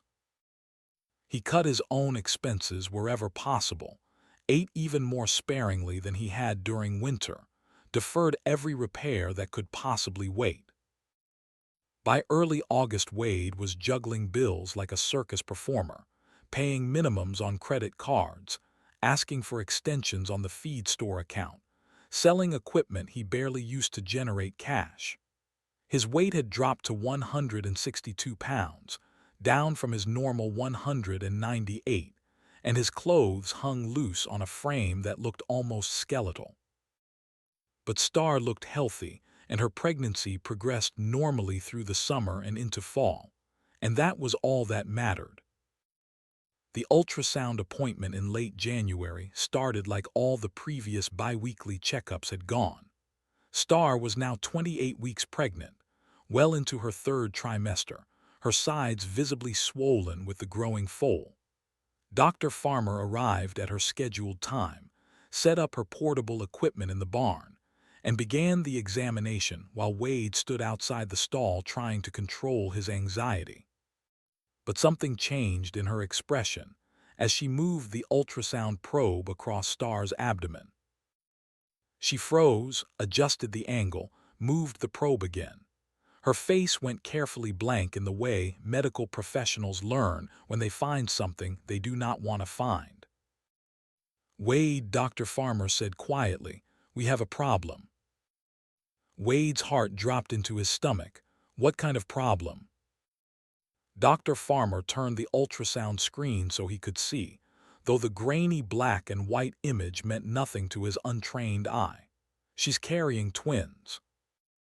The word twins hit Wade like a physical blow. He knew enough about horses to understand what this meant. Twin pregnancies in horses were extremely dangerous, often resulting in the loss of both foals, sometimes resulting in the death of the mare as well. The equine uterus was designed to carry a single large foal, not two smaller ones. Competition for nutrients and space almost always ended badly. "What do we do?" Wade asked, hearing his voice come out steady despite the panic rising in his chest. "We need to reduce one embryo as soon as possible," Dr. Farmer said. "The longer we wait, the more dangerous the procedure becomes.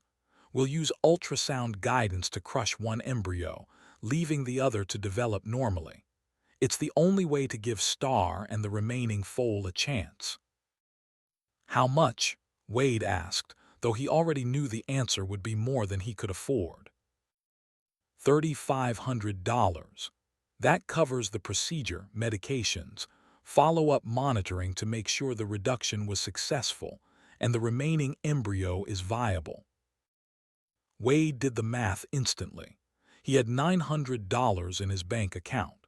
His credit cards were maxed. He had already borrowed from Tom Reeves to pay for the reproductive exam. He had no assets left to sell except things he needed to keep the ranch running. The number might as well have been $35,000 for all his ability to pay it. "Can we wait? Maybe one twin will absorb naturally." Dr. Farmer shook her head. "That's extremely rare. And the longer we wait, the more likely we lose everything. Both foals may be Star too. I've seen this before, Wade. Waiting is not an option if you want her to survive." Wade stood in the barn feeling the walls close in around him. 9 months of work, thousands of dollars already spent, Star's life now hanging in the balance, and the solution cost money he absolutely did not have. He thought about calling June, but she had already waived the stud fee and provided facilities. He could not ask her for more. He thought about taking out a loan, but the banks had already turned him down. He thought about a dozen impossible options and found no solution. Finally, with hands that shook and a voice that barely worked, Wade said, "Give me 24 hours. I'll get the money." He called Maggie from his truck in the driveway, sitting in the heat with the windows down because the air conditioning had broken months ago and he could not afford to fix it. She answered on the second ring. "Dad, is everything okay?" "No," Wade said. "Magpie, I need help. The pregnancy, there are twins. The vet says we need to reduce to one or we'll lose everything. It costs $3,500 and I don't have it. I'm asking you, please. This one time, I'll pay you back. I swear I'll pay you back." The silence on the other end of the line stretched so long Wade thought the call had dropped. Then Maggie spoke, her voice tight with emotion he could not identify.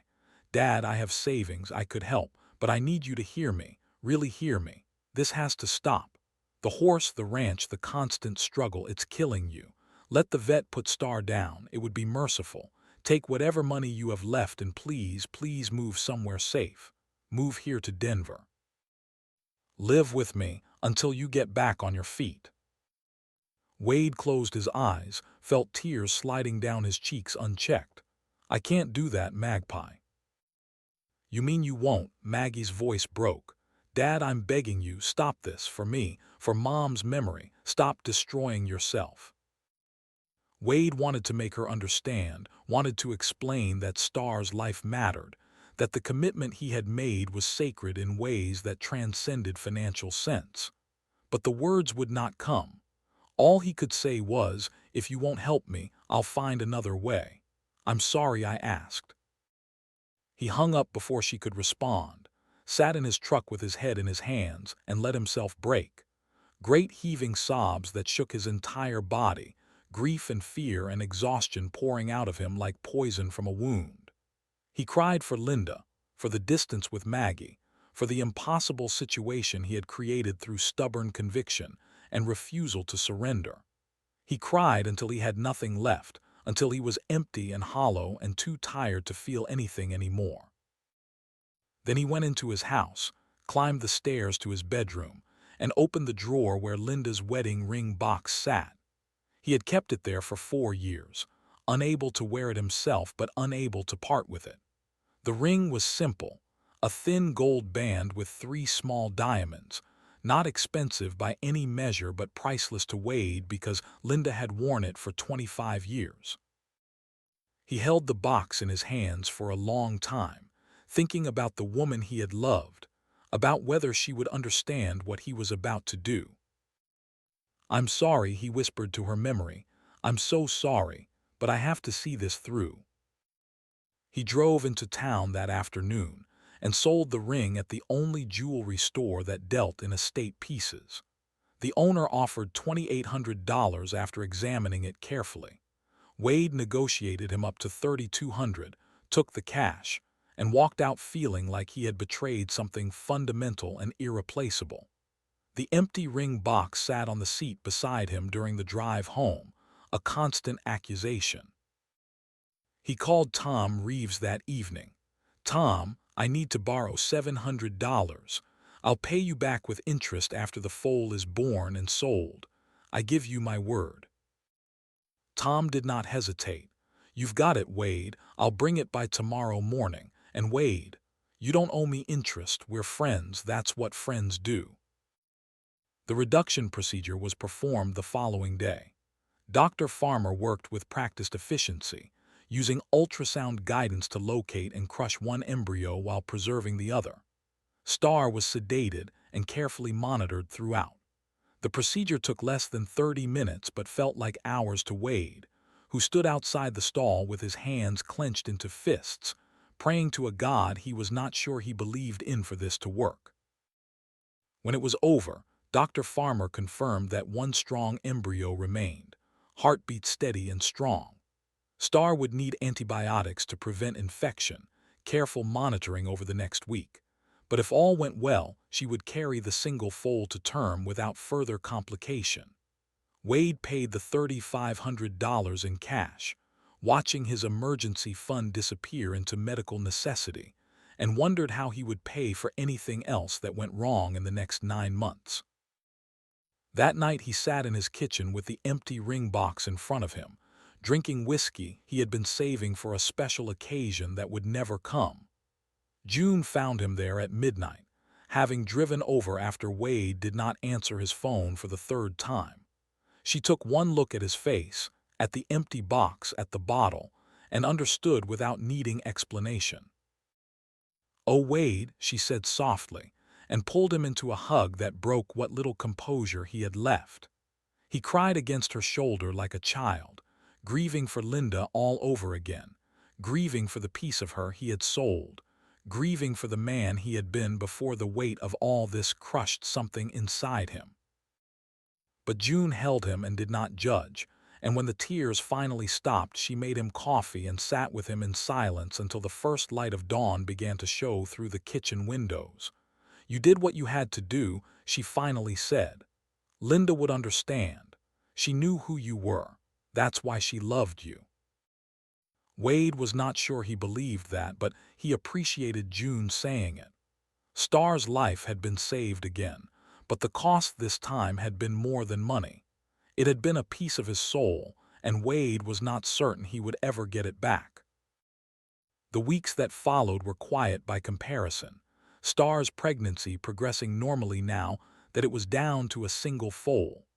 The ultrasound showed strong development, proper positioning, no signs of complications. Wade's routine became mechanical, going through the motions of ranch work and horse care with the exhausted efficiency of someone who had pushed past their limits and found a strange numb space on the other side. Then in early September, a letter arrived. Not an email or a text, but an actual handwritten letter in Maggie's familiar script. Wade sat on his porch in the evening coolness and opened it with hands that shook slightly. The letter was 3 pages long, written on expensive cream-colored paper. Maggie's handwriting was careful and controlled, each word chosen deliberately. She wrote about the phone call, about her refusal to help, about lying awake at night afterward feeling guilty and angry and confused. She wrote about her mother, about memories of Linda supporting Wade through bad years and good, never asking him to be anything other than who he was. She wrote about watching him struggle and being afraid that loving him meant enabling him to destroy himself. But then she wrote about talking to June, who had called her after finding Wade that night with the empty ring box. June had told her everything. About the twin pregnancy, about Wade selling Linda's ring, about the months of sacrifice and struggle and stubborn refusal to give up on a promise he had made. And hearing it from someone else's perspective had changed something in Maggie. "I don't agree with your choices, Dad," she wrote in the final paragraph. "I think you're taking terrible risks with your health and your finances. But I also realize that trying to change you would mean destroying the parts of you that make you who you are. Mom knew that. She loved you despite or maybe because of your stubborn conviction and your inability to walk away from something you believe in. I want to try to do the same. Can we talk? Can I come visit? I want to meet Star. I want to understand what you see in her that's worth all of this. Love always, Magpie." Wade sat on his porch reading the letter 3 times, feeling something tight in his chest begin to loosen. He called her immediately. When she answered, he said simply, "Come home, Magpie. Whenever you're ready, come home." She arrived the following weekend, driving her Honda up the long gravel driveway on a Saturday afternoon when the late summer light turned everything golden. Wade met her in the yard, and they stood awkwardly for a moment before Maggie stepped forward and hugged him. "Dad, you're so thin," she whispered, and he heard the concern and love in her voice. "Let me show you Star," Wade said. They walked together to the paddock where the mare stood in the shade of the barn. Star was visibly pregnant now, her sides beginning to swell with the growing foal. Her coat gleamed in the afternoon sun, silver dapples catching the light. When she saw Wade, she walked over immediately, and Maggie watched in silence as the mare rested her head against Wade's chest in the gesture of trust and affection she had learned. "She loves you," Maggie said softly. "I love her too," Wade replied. "I know that probably sounds crazy." Maggie reached out tentatively, and Star allowed her to stroke the gray neck, to feel the life and warmth of the animal her father had sacrificed so much to save. "No," Maggie said. "It doesn't sound crazy at all. It sounds like love. And I get it now, Dad. I really do. This isn't about money or logic or any of that. It's about not giving up on something that needs you, about being the kind of person who keeps promises even when it costs everything." They stood together in the fading light, father and daughter united by understanding if not agreement, while the mare who had changed everything breathed peacefully between them. The foal inside Star kicked, a visible ripple across her swollen sides, and Wade allowed himself to hope that maybe, just maybe, they would all make it through this together after all. October brought the first snow, a wet, heavy fall that arrived without warning on the 16th and blanketed the ranch in 8 inches of white silence. Wade woke to a world transformed, the familiar landscape softened and muffled under snow that clung to every surface like thick frosting. The cottonwood trees along the creek bowed under the weight, their branches creating arches of white against a sky that remained gray and threatening even after the snow stopped falling. It was beautiful in the way that Montana winters could be beautiful, the kind of beauty that took your breath away even as it reminded you how small and vulnerable you were against the power of nature. Wade stood on his porch in the pre-dawn cold, coffee steaming in his hands, watching the world wake up white. The ranch had a different quality under snow. The weathered buildings and worn fence lines softened into something almost magical. The barn roof wore a thick cap of white, icicles already beginning to form along the eaves where heat from inside met the frozen air. The pastures stretched away in smooth, unbroken white, marked only by the dark ribbons of fence posts marching toward the mountains. In the distance, the Absaroka peaks rose sharp and white against the gray sky, their usual brown and green replaced by winter armor. This was the Montana that tourists paid money to see, the postcard version of the American West. But Wade knew the reality behind the beauty, knew that this snow meant hours of work breaking ice on water troughs, clearing paths to outbuildings. ensuring the animals had shelter and food against the cold. Knew that the pretty white blanket made everything harder and more expensive and more dangerous. A beautiful prison was still a prison. Star was 20 weeks pregnant now, her sides visibly swollen with the growing foal in a way that filled Wade with equal parts pride and terror.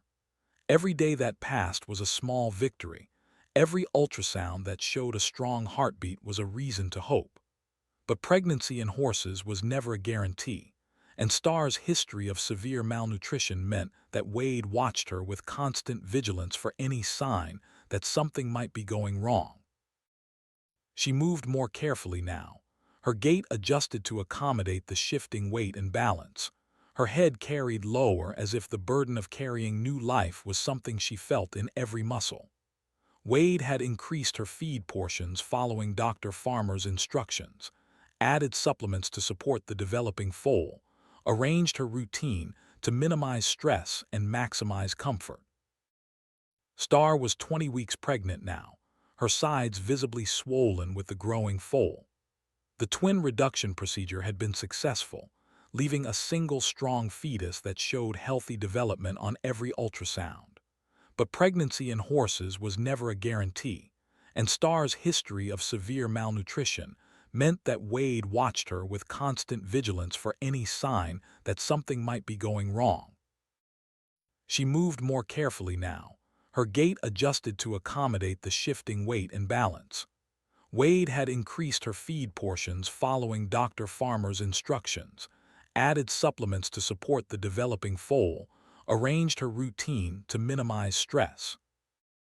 The sound of heavy machinery arrived on the third Monday of October like an invasion, shattering the morning quiet that had defined Saddleback Ranch for as long as Wade could remember.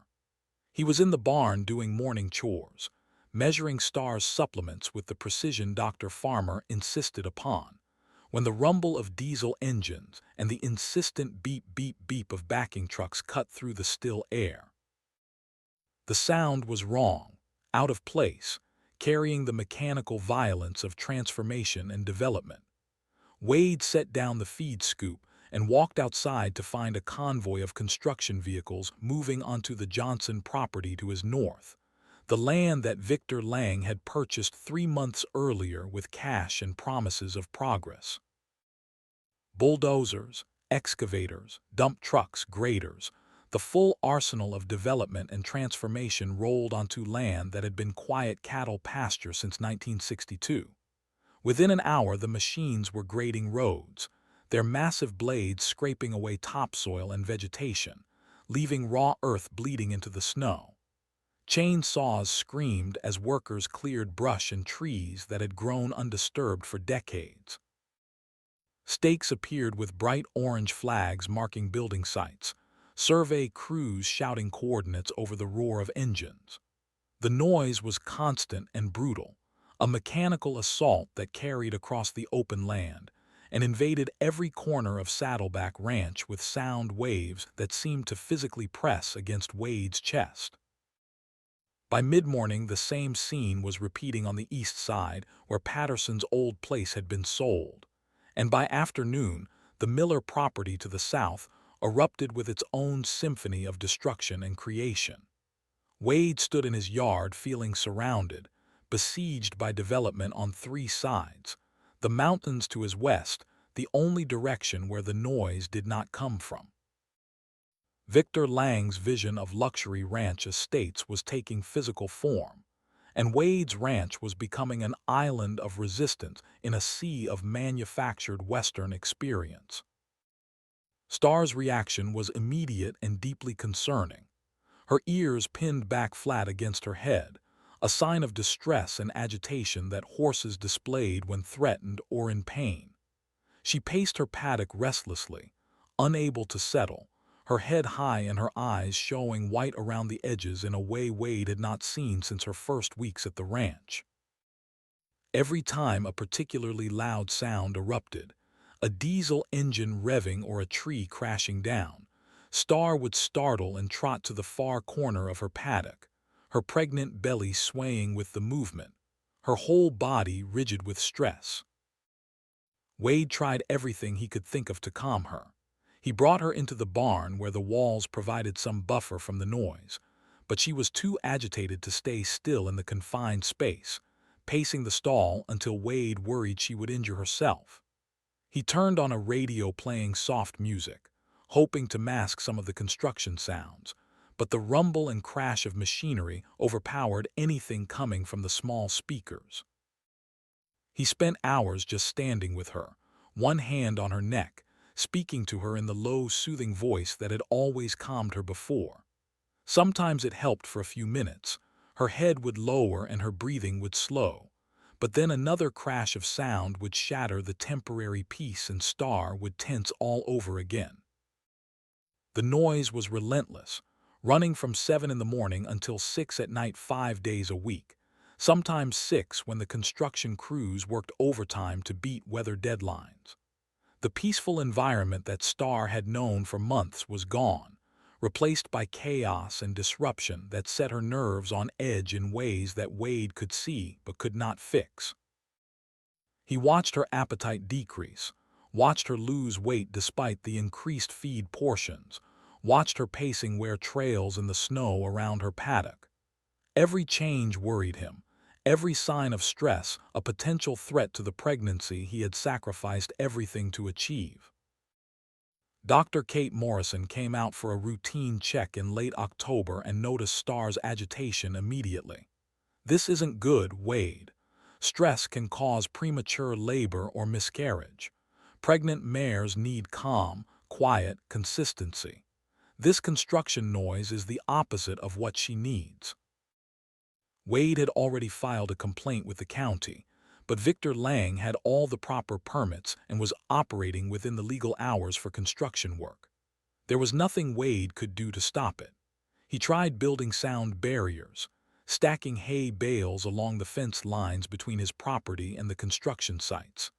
He moved Star to the paddock furthest from the noise, on the south side of the barn where the building itself provided some buffer. It helped marginally, but the vibrations and rumble still carried through the ground, still set Star's teeth on edge. November brought colder temperatures and the construction slowed but did not stop. The developers worked through the early winter, racing to get roads in and foundations poured before the ground froze solid. Star's stress levels remained elevated. Her appetite decreased slightly, and Wade found himself checking on her multiple times each night, unable to sleep for worry that the noise and disruption would trigger something catastrophic. The ultrasound in mid-November showed concerning news. Star was 28 weeks pregnant now, entering the final trimester. Dr. Farmer moved the ultrasound probe slowly across Star's swollen belly, her expression growing more serious with each pass. When she finally turned off the machine and pulled off her examination gloves, Wade knew before she spoke that something was wrong. "We've got placental insufficiency developing," Dr. Farmer said without preamble. "The placenta isn't providing optimal nutrition to the foal. You can see it on the measurements here." She pulled up images on her tablet, pointing to numbers that meant nothing to Wade but clearly indicated a problem. The foal is measuring small for gestational age. Not critically small, but concerning. And Star's stress levels are likely contributing. When a mare is chronically stressed, blood flow to the uterus can be compromised. "What do we do?" Wade asked, feeling the familiar dread settling into his stomach.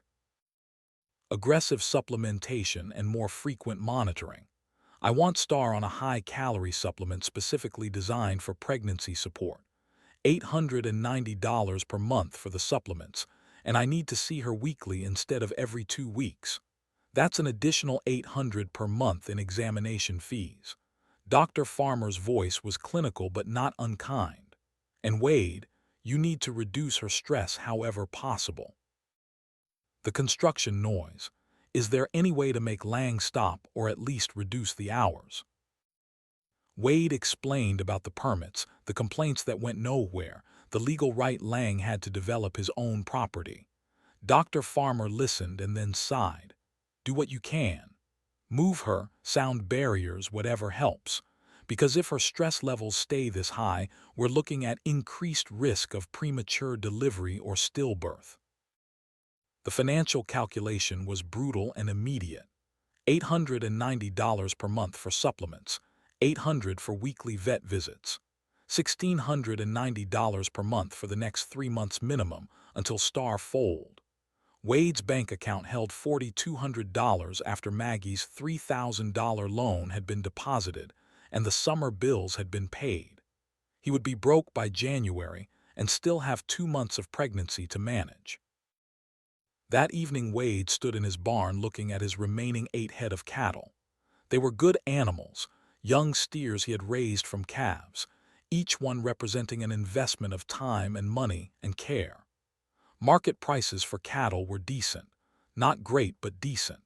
He could probably get $22,000 for the lot of them if he sold now rather than waiting for spring when they would be heavier and worth more. It would mean giving up his entire herd, abandoning the cattle operation that had been the backbone of his ranch for 3 decades. But Star needed the supplements and monitoring, needed every advantage he could give her and the foal. Wade called the livestock auction and arranged to bring the cattle in the following week. The sale happened on a cold Tuesday morning, the steers loaded into a borrowed trailer and hauled to the auction barn in town. Wade stood in the back of the crowd while his animals went through the ring, watched strangers bid on stock he had raised, felt something hollow open up inside him with each strike of the auctioneer's gavel. The final tally came to $21,800 after fees. Wade deposited the check and used it to prepay 3 months of supplements and set aside money for the weekly vet visits. Maggie called that night, her voice tight with concern when Wade told her about selling the cattle. "Dad, you sold your entire herd. That was your retirement security.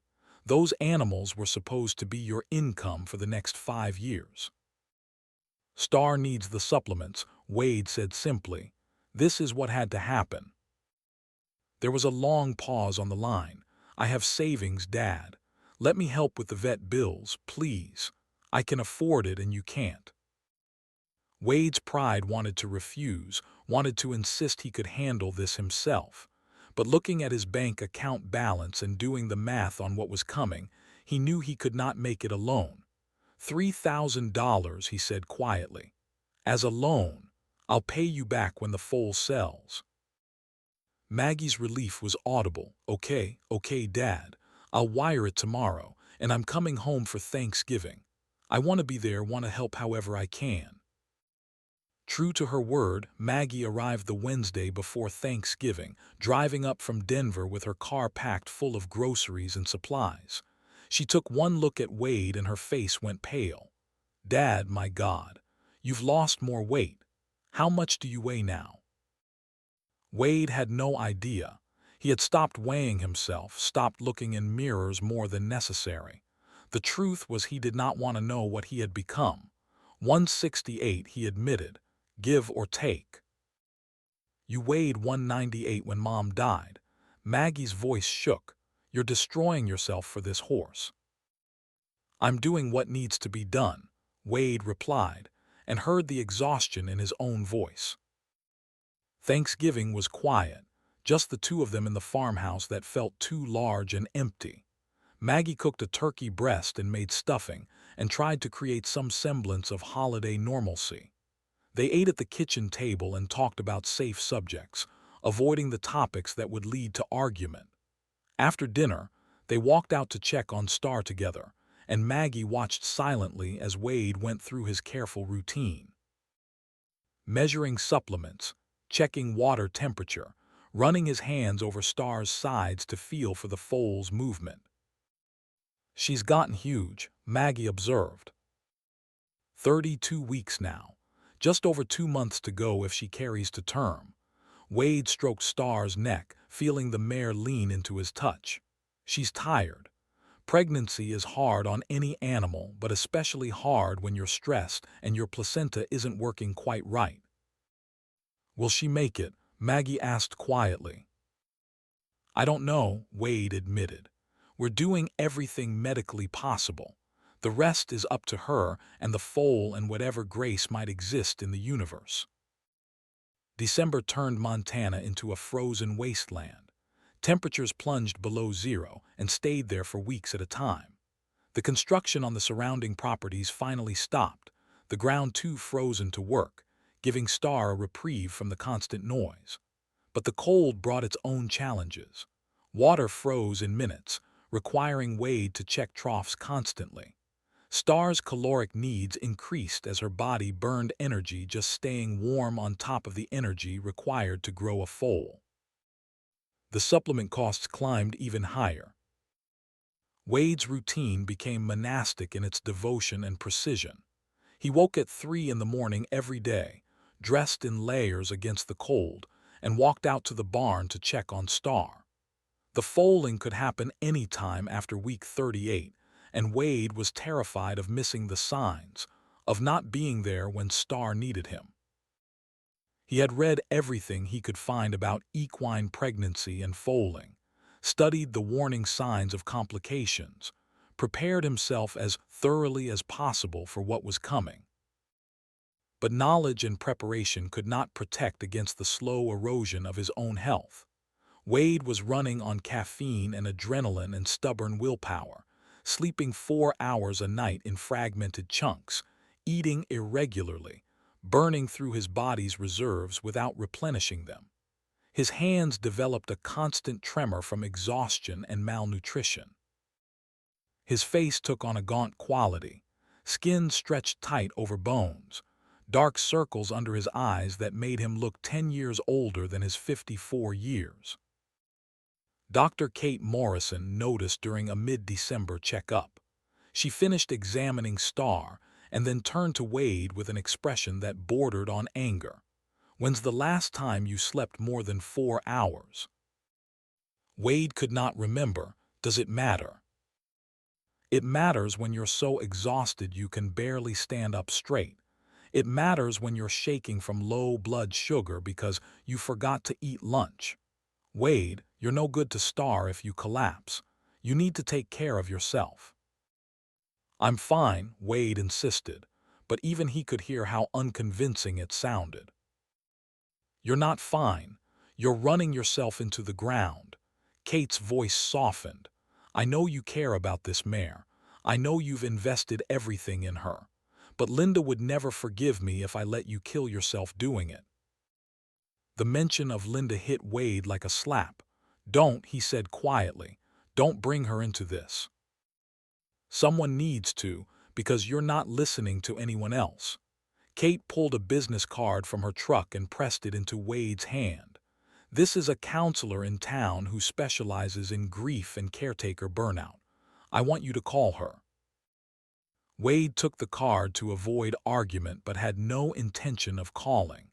He had made it this far through sheer willpower, and he would make it the rest of the way the same way. What he needed was not counseling, but for Star to successfully deliver a healthy foal. Everything else was just noise. June McAllister became Wade's lifeline through December and January. She visited at least twice a week, always bringing food that Wade actually ate because she stood over him while he did it. Casseroles and stews and hearty soups designed to pack calories and nutrition into every bite. She helped with barn chores, checked on Star when Wade needed to run into town for supplies, provided the kind of practical support that kept Wade from completely falling apart. One evening in early January she found Wade sitting in the barn office staring at nothing, so tired he had forgotten what he came in there to do. She sat down across from him and waited until he focused on her. "Talk to me, Wade. What's going on in your head?" Wade tried to find words for the exhaustion and fear and desperate hope that filled every waking moment. "I just need her to make it. The foal, too. If they make it, if I can get through this and the foal is healthy and sells for good money, then everything I've sacrificed will mean something.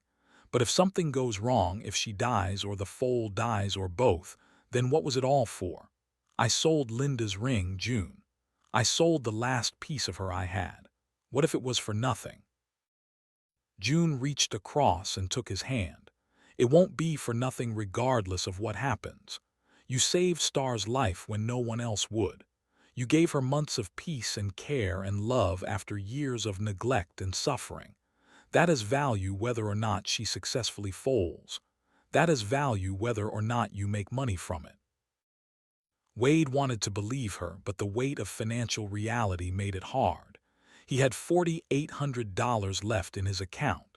The supplements and weekly vet visits would burn through that by early March. The foal was due late March if Star carried to full term. There was no margin for error, no cushion if anything went wrong. The news from Tom Reeves came on a bitter cold morning in mid-January. Tom drove out to Saddleback looking older than Wade had ever seen him, his face creased with concern and something like guilt. Wade met him at the door, already knowing from Tom's expression that the news was bad. The Minnesota buyer, the one who was interested in the foal, Tom began without preamble. He backed out, heard about the placental insufficiency, got worried the foal might have health problems or be too small. I tried to convince him otherwise, but he's firm on his decision. Wade felt the floor shift under him but kept his voice steady. What about other buyers? Tom sighed. I've still got interest, don't misunderstand. But the prices have dropped. Word got around about the pregnancy complications. Best offers I'm seeing now are in the 18 to 22,000 range. Maybe a bit higher if the foal is exceptionally high quality and passes a vet check with no issues. 22,000 when Wade had been counting on 30 or more. 22,000 when he had already spent more than that just keeping Star alive and pregnant. The math was brutal. Even in the best-case scenario, he would barely break even. More likely, he would end up with a net loss after paying back Maggie and covering the remaining vet bills through foaling. Wade thanked Tom for the information and watched him drive away. Then he walked into his barn and sat on a hay bale with his head in his hands. All of this, all the sacrifice and struggle and financial devastation, might not even result in profit, might not even result in breaking even. He had destroyed himself financially and physically for what was increasingly looking like a fool's errand. But looking at Star, now 35 weeks pregnant and so heavy with foal that she moved with careful deliberation, Wade knew he could not stop, could not walk away even if the smart money said to quit. He had come too far, invested too much, made too many promises. So he stood up, brushed the hay from his jeans, and went back to the work of keeping Star and her foal alive. March arrived with temperatures that refused to climb above freezing. Star was 38 weeks pregnant, officially in the window when labor could begin at any time. Wade's vigilance intensified to the point of obsession.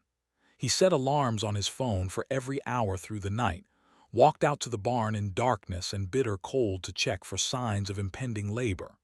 Restlessness, pawing, sweating, milk appearing in the udder, any of a dozen indicators that foaling was imminent.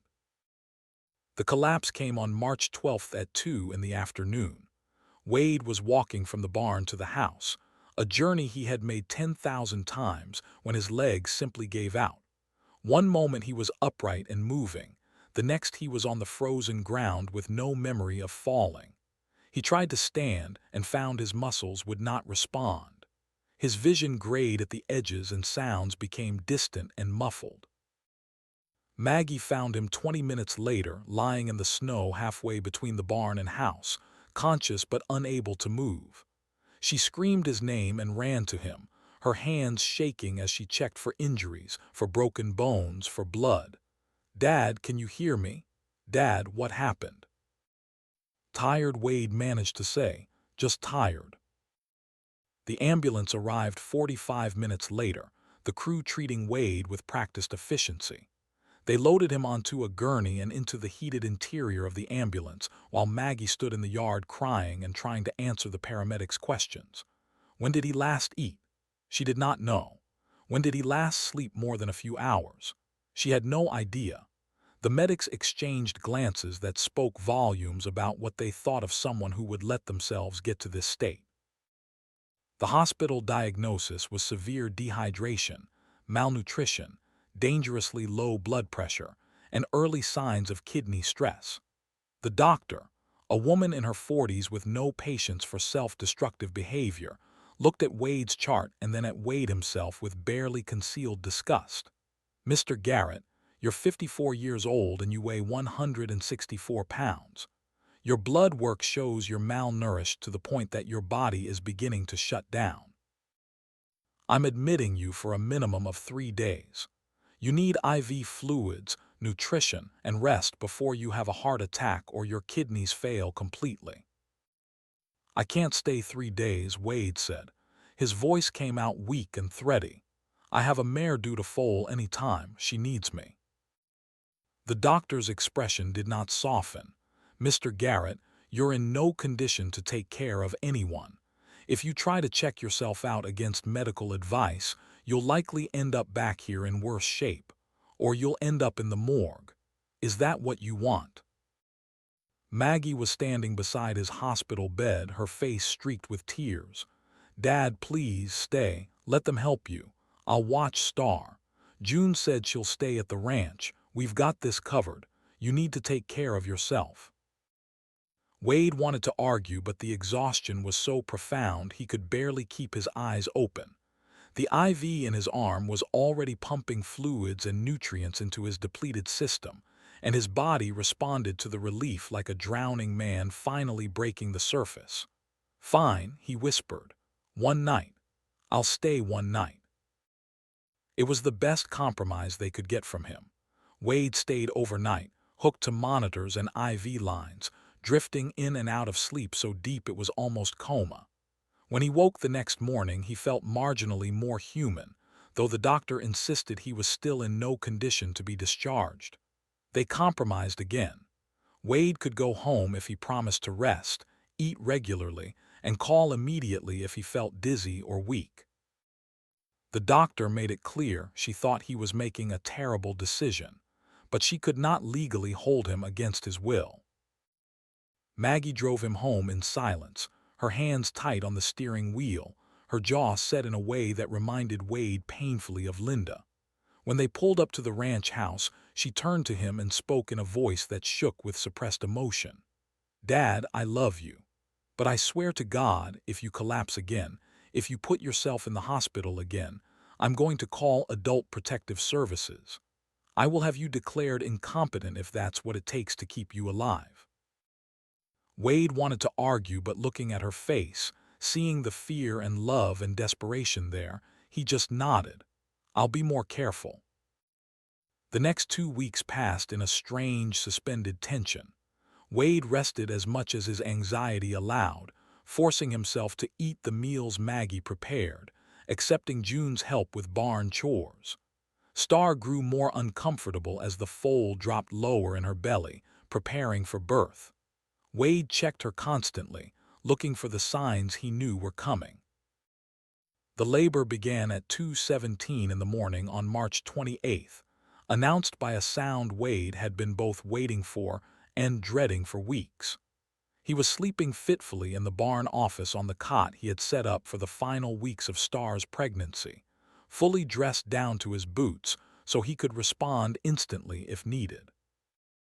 The whinny that woke him was different from Star's usual sounds, higher pitched and edged with distress, carrying a quality of pain and confusion that brought Wade to his feet before his eyes were fully open. His heart hammering, adrenaline flooding his system, he grabbed the flashlight from beside the cot and rushed to Star's stall. She was pawing the ground when he arrived, one hoof scraping at the straw bedding in a rhythmic pattern, then stopping, then starting again. Her sides were slick with sweat despite the cold night air, the moisture darkening her coat and steaming slightly in the chill. She turned circles in the stall, unable to find a comfortable position, her pregnant belly swinging with each movement. Her tail was raised and her vulva was swollen, textbook signs that labor had begun.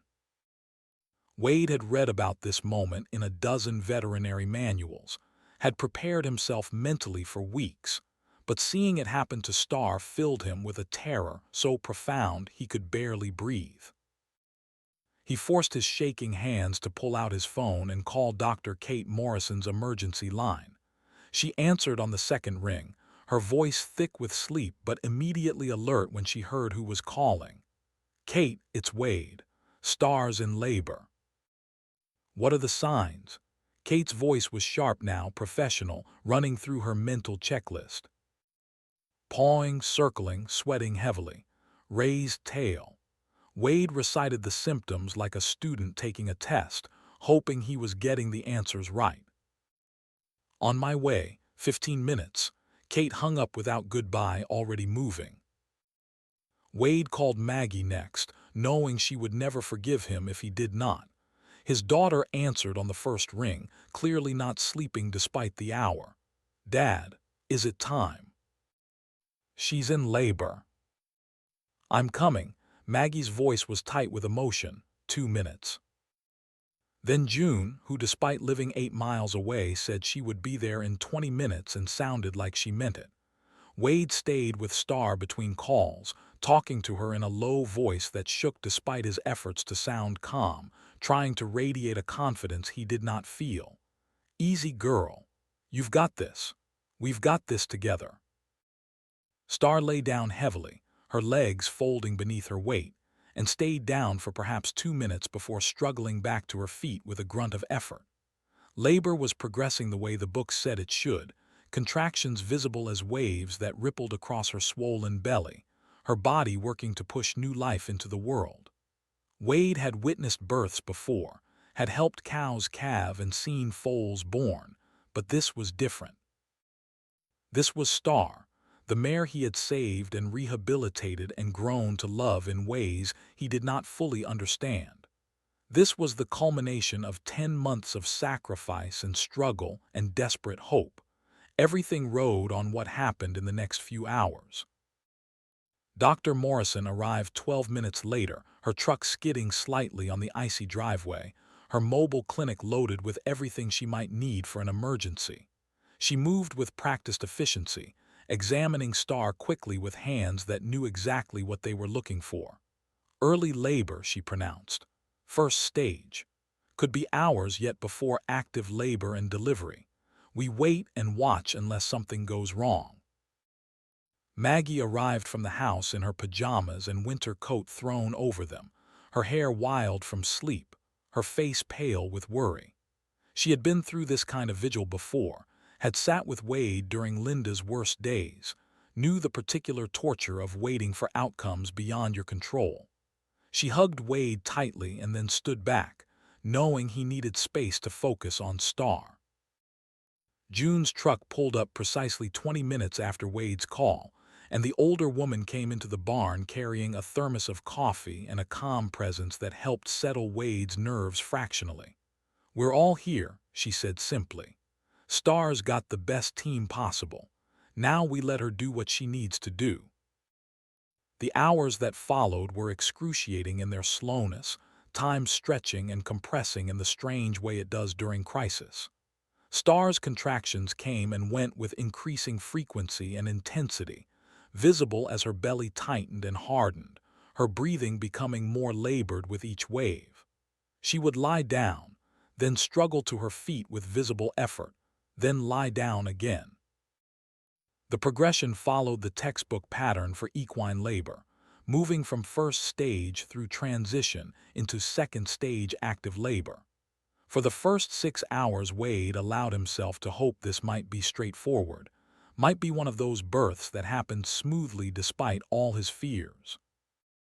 But as the 6th hour approached, Star's distress became more pronounced. Her contractions were strong, but the foal was not progressing. Dr. Morrison examined her internally and her face went grim. The foal's positioned wrong. Breech, one leg back. I need to try to reposition manually. For the next hour, Dr. Morrison worked, her arm inside Star up to the shoulder, trying to manipulate the foal into proper position.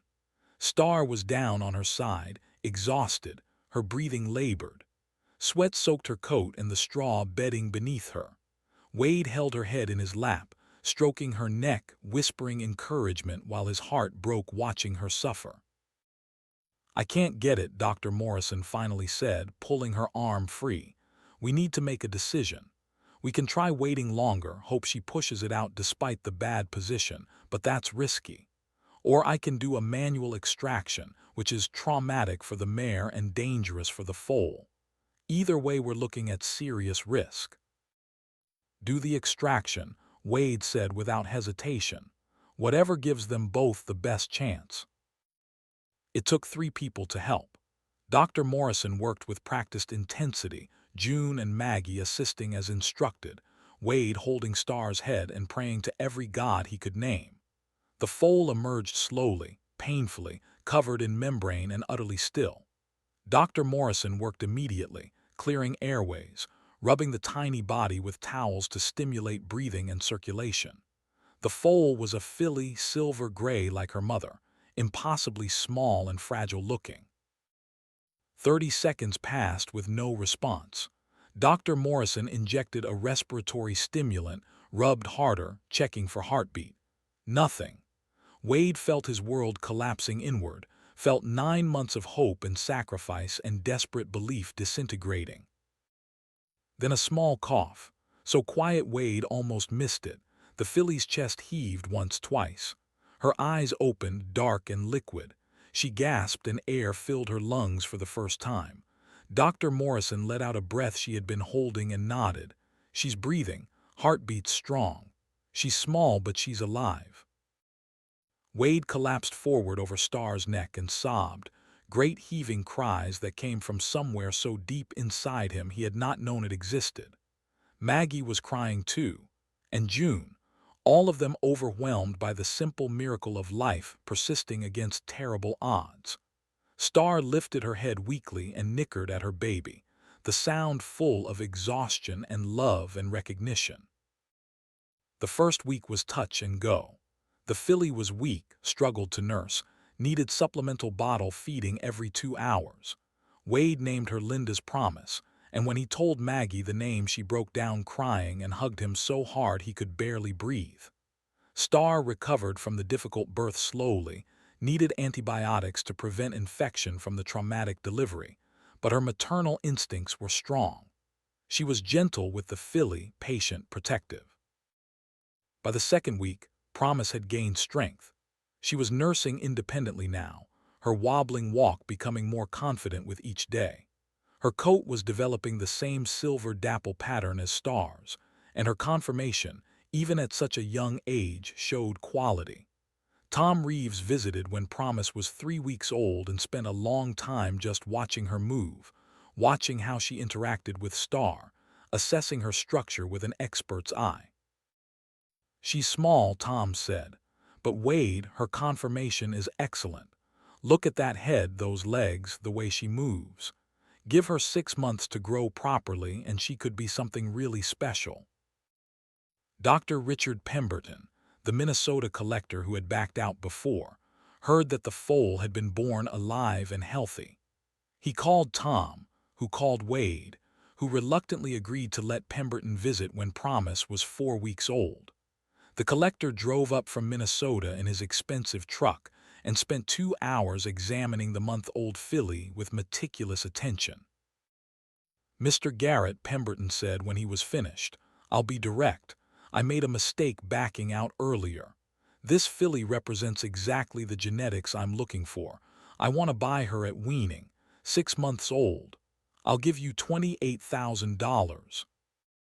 The offer hung in the air like smoke. $28,000. More than enough to pay back Maggie, to clear his remaining debts, to have a cushion for the first time in years. Wade looked at Promise, nursing from Star in the morning sunlight, her tiny tail swishing with contentment. He looked at Star, who had survived starvation and neglect and a difficult pregnancy and traumatic birth, who had given him everything he had asked and more. "I need to think about it," Wade said. Pemberton nodded. "I understand.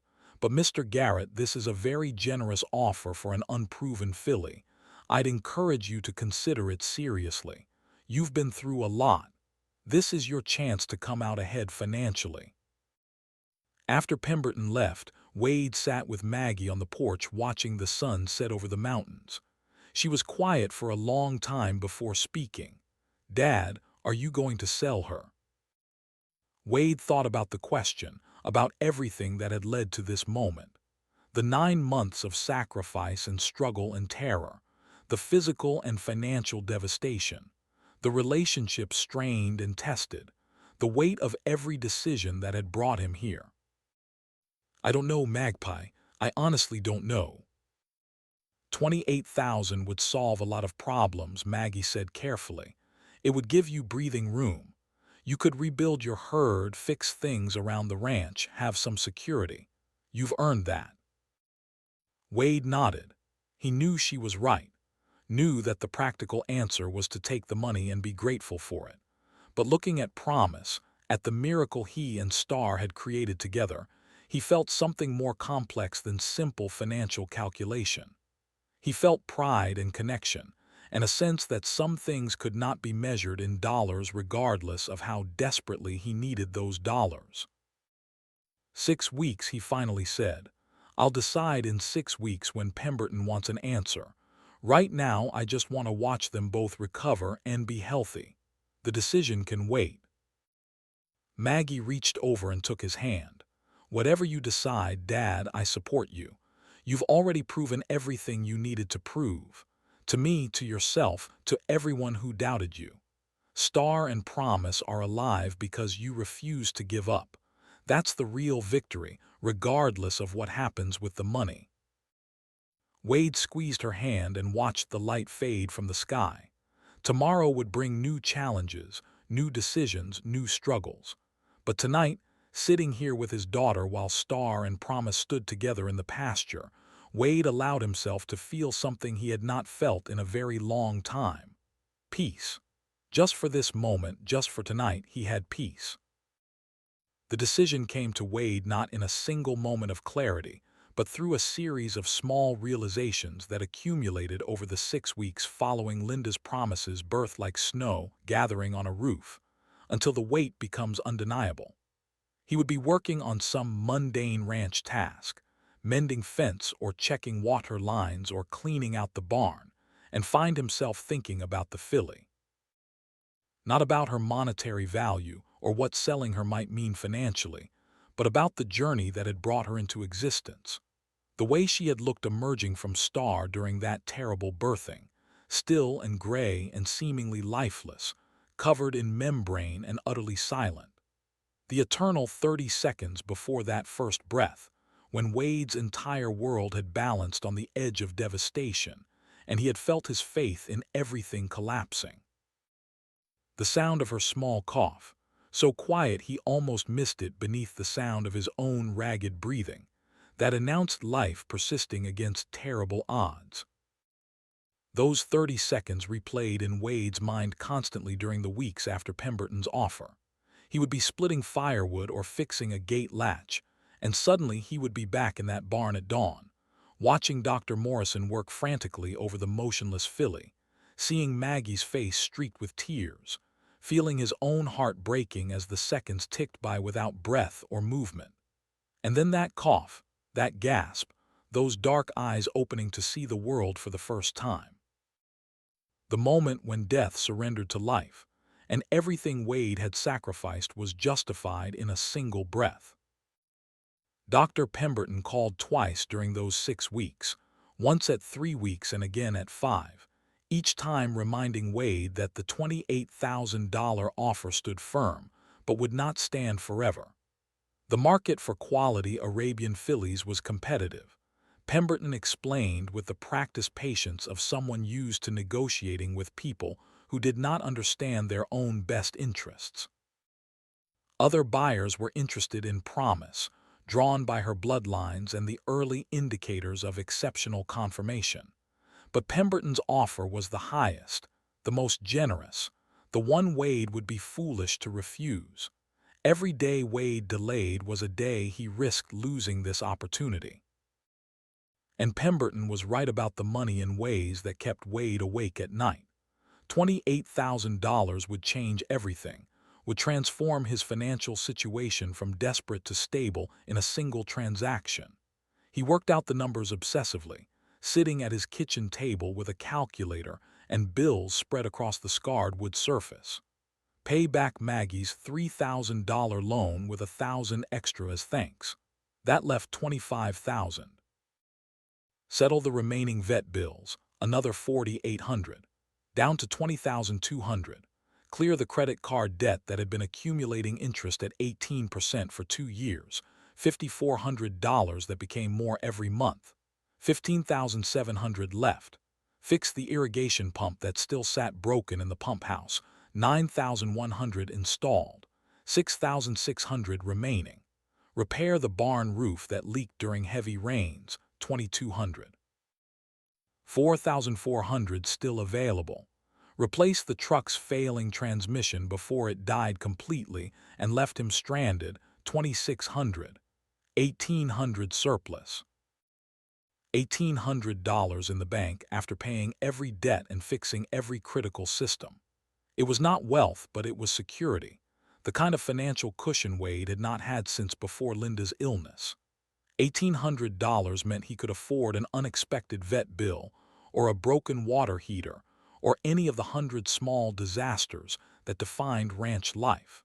It meant sleeping through the night without the anxiety that had been his constant companion for years. But every time Wade started to pick up the phone to accept Pemberton's offer, every time he began to dial those numbers that would commit him to selling Promise, he would stop. His finger would hover over the final digit, and something inside him would rebel. He would set down the phone and walk out to the paddock where Star and Promise spent their days together, and he would watch them for hours. The mare had recovered from the traumatic birth with remarkable resilience that spoke to the strength Wade had slowly rebuilt in her over months of patient care. Her body had healed and her strength had returned day by day, until she was once again the healthy, vital animal she had been before pregnancy. She was attentive and protective with her daughter in ways that were simultaneously fierce and gentle, teaching the filly how to navigate the world through patient example and quick correction when Promise's curiosity led her toward danger. When the filly strayed too far, Star would whinny sharply and Promise would return immediately, pressing against her mother's side for reassurance. Promise herself was thriving under Star's care in ways that filled Wade with pride he had not anticipated. She was gaining weight steadily, her ribs no longer visible, her coat developing a shine that spoke of good nutrition and health. Her legs were lengthening daily, already showing the elegant proportions that would make her beautiful as an adult. Her face had the refined quality of her Arabian heritage, small and delicate with large expressive eyes that missed nothing. But more than her physical development, it was her personality that captivated Wade. She was curious without being foolish, bold without being reckless, affectionate without being demanding. When Promise nursed, her tiny tail would swish with contentment in a rhythm that made Wade smile despite his worries. When Star groomed her, the filly would lean into her mother's touch with obvious pleasure, small sounds of satisfaction escaping her. Watching them together, Wade understood something fundamental that he had not quite grasped before, something that went deeper than financial calculation or practical planning. This was not about money or breaking even or making a profit on his investment of suffering and resources. This was about what he and Star had created together through months of struggle and sacrifice, and stubborn refusal to give up when every rational voice said to quit. Promise existed because Wade had chosen compassion over practicality when Ben Hollister showed up with a dying mare that summer afternoon. She existed because Wade had sold his wife's wedding ring rather than let Star, and her unborn foal die for want of $3,500. She existed because sometimes the right choice was the one that made no financial sense whatsoever, the choice that came from the heart rather than the ledger. On a warm afternoon in early May, 6 weeks exactly after Promise's birth, Wade called Dr. Pemberton. The conversation was brief and to the point. "Mr. Garrett, have you made a decision?" Pemberton asked, his voice carrying the confidence of someone who assumed the answer would be yes. "I have," Wade replied. "I appreciate your generous offer, but Promise is not for sale. Not at weaning, not at any age. She's staying here at Saddleback Ranch." There was a pause on the line, the kind of silence that suggested genuine surprise. "Mr. Garrett, I want to make sure you understand what you're turning down. $28,000 is more than fair market value for an unproven filly. You may never get another offer this good." "I understand completely," Wade said, "and I'm comfortable with my decision. Promise is part of this ranch's future, not something to be sold off. I hope you can understand that." Pemberton's voice, when he spoke again, carried a mixture of disappointment and what might have been respect. "I can't say I understand it, but I respect your right to make that choice. If you change your mind in the future, please don't hesitate to contact me." After Wade hung up, he stood in his kitchen feeling lighter than he had in months. The financial pressure remained. The debt still needed to be paid. The broken equipment still needed fixing. But he had made a choice that felt true to who he was rather than surrendering to what made practical sense. And for the first time since Linda's death, Wade felt like he was building something rather than just surviving. Maggie took the news better than Wade expected. She had driven up from Denver for the weekend, ostensibly to help with ranch work but really to be present for whatever decision Wade made. When he told her that Promise was staying, she was quiet for a long moment before speaking. "Dad, can I ask you something? And I want you to really think about the answer." "Of course, Magpie." "Are you doing this because you genuinely believe it's the right choice for the ranch and for your future? Or are you doing it because you've invested so much suffering into Star and Promise that selling feels like admitting it was all for nothing?" Wade considered the question carefully. "It's both," he finally said. "I can't separate those things anymore. Star changed me. This whole experience changed me. A year ago I would have sold Promise without hesitation, would have taken the money and been grateful for it. But that man doesn't exist anymore. I'm someone different now, someone who understands that not everything worth having can be measured in dollars." Maggie's eyes glistened with tears, but she was smiling. "Then I support you completely. And Dad, for what it's worth, I think Mom would too. She always said you had to follow your heart even when your head was screaming at you to do the opposite." They walked out to the paddock together and stood watching Star and Promise in the late afternoon sunlight. The filly was 6 weeks old now, all legs and curiosity, exploring her world with the fearless enthusiasm of the very young. She would gallop in circles around Star, her small hooves kicking up dirt, her tail streaming behind her like a banner. Then she would run back to her mother and nurse, her whole body vibrating with the effort of feeding, before starting the cycle again. "She's going to be something special," Maggie observed. "I can see it already.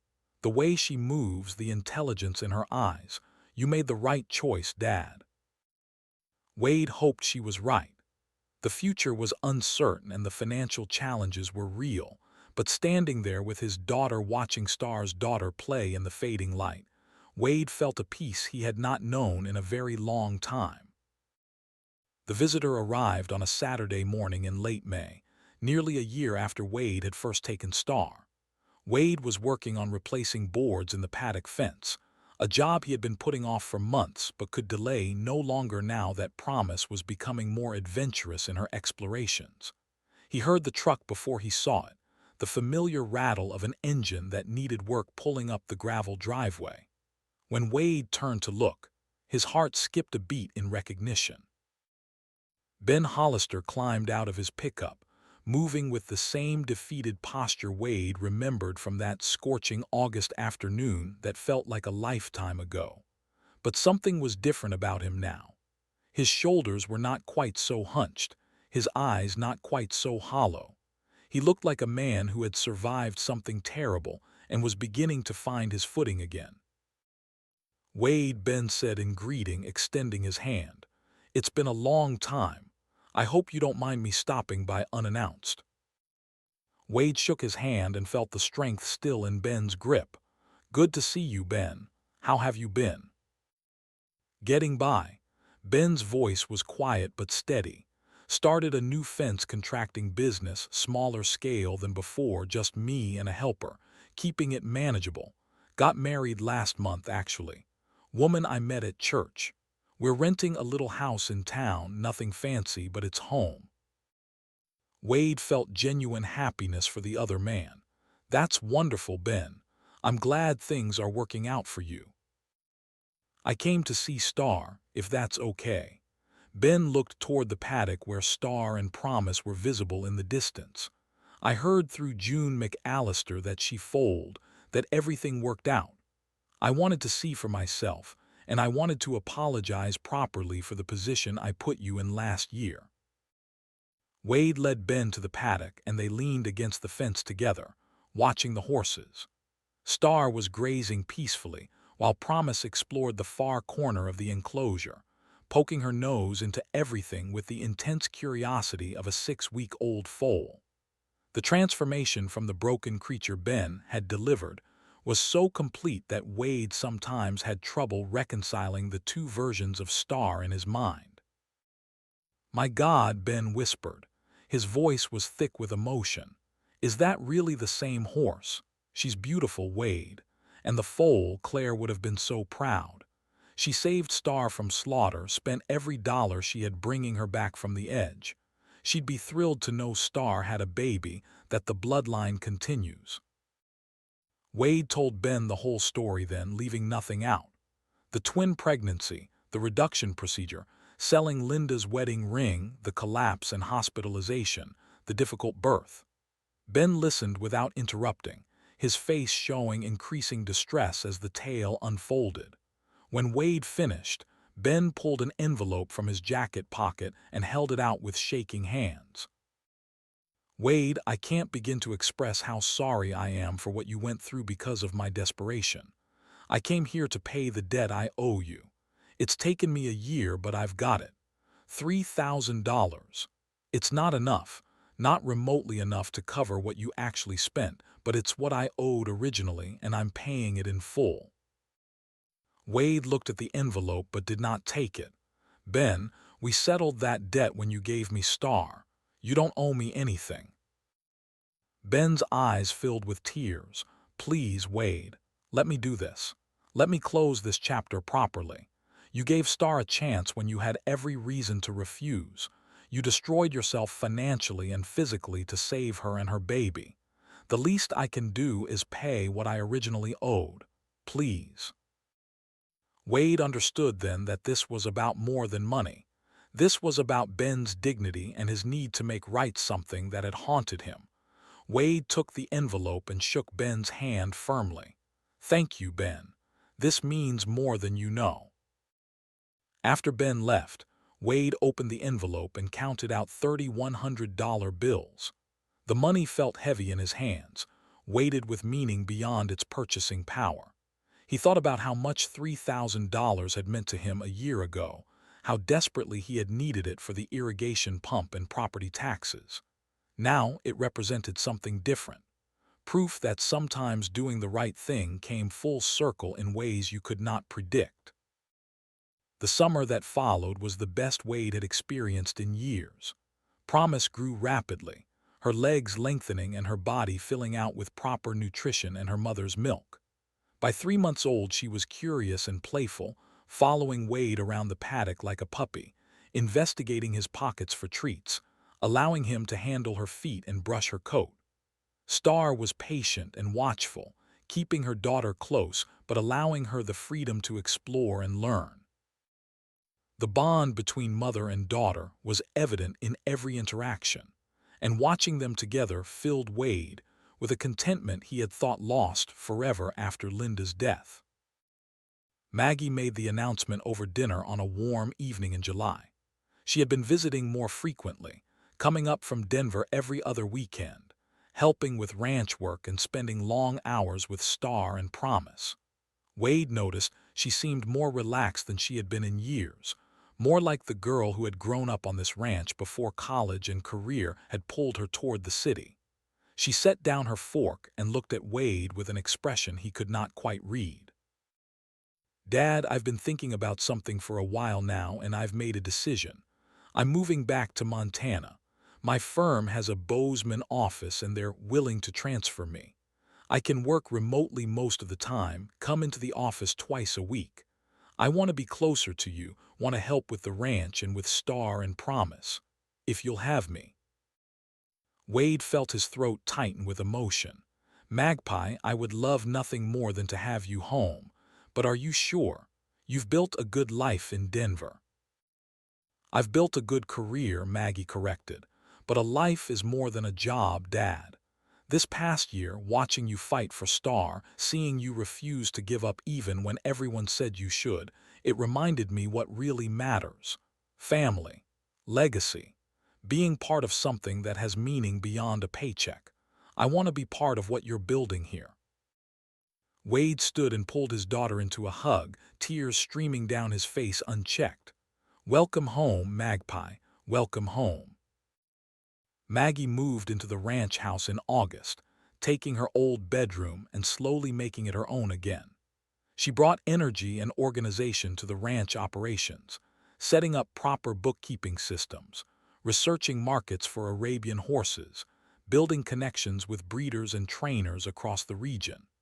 What had been Wade's solitary struggle became a partnership between father and daughter, and the ranch began to thrive in ways Wade had not thought possible. June McAllister's role in their lives had evolved over the months from neighbor to friend to something deeper that neither Wade nor June rushed to define. She visited several times a week, always with some practical excuse like borrowing tools or dropping off surplus vegetables from her garden, but really just to be present. They would sit on Wade's porch in the evenings, drinking coffee and watching the sun set behind the mountains, talking about horses and weather and the small details of ranch life. The companionship was comfortable and undemanding, neither of them trying to force it into something it was not ready to become. Maggie noticed, of course, and mentioned it one evening after June had left. "Dad, you and June seem close." Wade considered his answer carefully. "We are close. She's been a good friend through all of this. I don't know what I would have done without her support." "Is it more than friendship?" Wade was quiet for a long moment. "I don't know, Magpie. Maybe it could be someday, but we're both taking it slow. Your mother's been gone 4 years, but she's still very present for me. June understands that. She lost her husband 6 years ago, so she knows what it's like. We're just seeing where things go naturally." Maggie smiled. "Mom would want you to be happy, Dad. She'd want you to have companionship and love if you can find it. Just so you know, I'd be okay with it if things develop between you and June." The breeding program began to take shape through late summer and fall. June and Wade formalized their partnership, creating Saddleback Arabians as an official business entity. They bred Star again in September, carefully and with extensive veterinary oversight, to a different stallion, this time with bloodlines that complemented hers in different ways. The breeding was successful, and Star entered pregnancy with none of the complications that had marked her first. Wade monitored her closely, but allowed himself to trust that this time would be different. Promise continued to develop beautifully. By 6 months old, when Pemberton had wanted to buy her, she was already showing the qualities that would make her valuable. Her conformation was exceptional, her movement fluid and graceful, her temperament intelligent and willing. Tom Reeves visited regularly to assess her progress, and each time he seemed more impressed. "This filly is going to be a champion," he told Wade in October. "Mark my words, she's got everything. The bloodlines, the looks, the brain. When she's old enough to show, she's going to turn heads." The news about Victor Lang's development project began filtering in through November and December. The luxury ranch estates were not selling the way Lang had projected. The target market of wealthy Californians and Texans looking for authentic Montana ranch experience had proven smaller than anticipated. Several of the completed homes sat empty, listed at prices that kept dropping as months passed without buyers. Lang had overextended himself financially, borrowing heavily to fund the rapid development, and now the debt was crushing him under its weight. By January of the following year, Lang's company filed for bankruptcy protection. The properties were seized by the bank and put up for auction at fire sale prices. Local ranchers who had been priced out of their own land market suddenly found opportunities to buy back the acreage at reasonable rates. The Johnson place sold to a young couple starting a cattle operation. The Patterson and Miller properties were purchased by established ranchers expanding their holdings.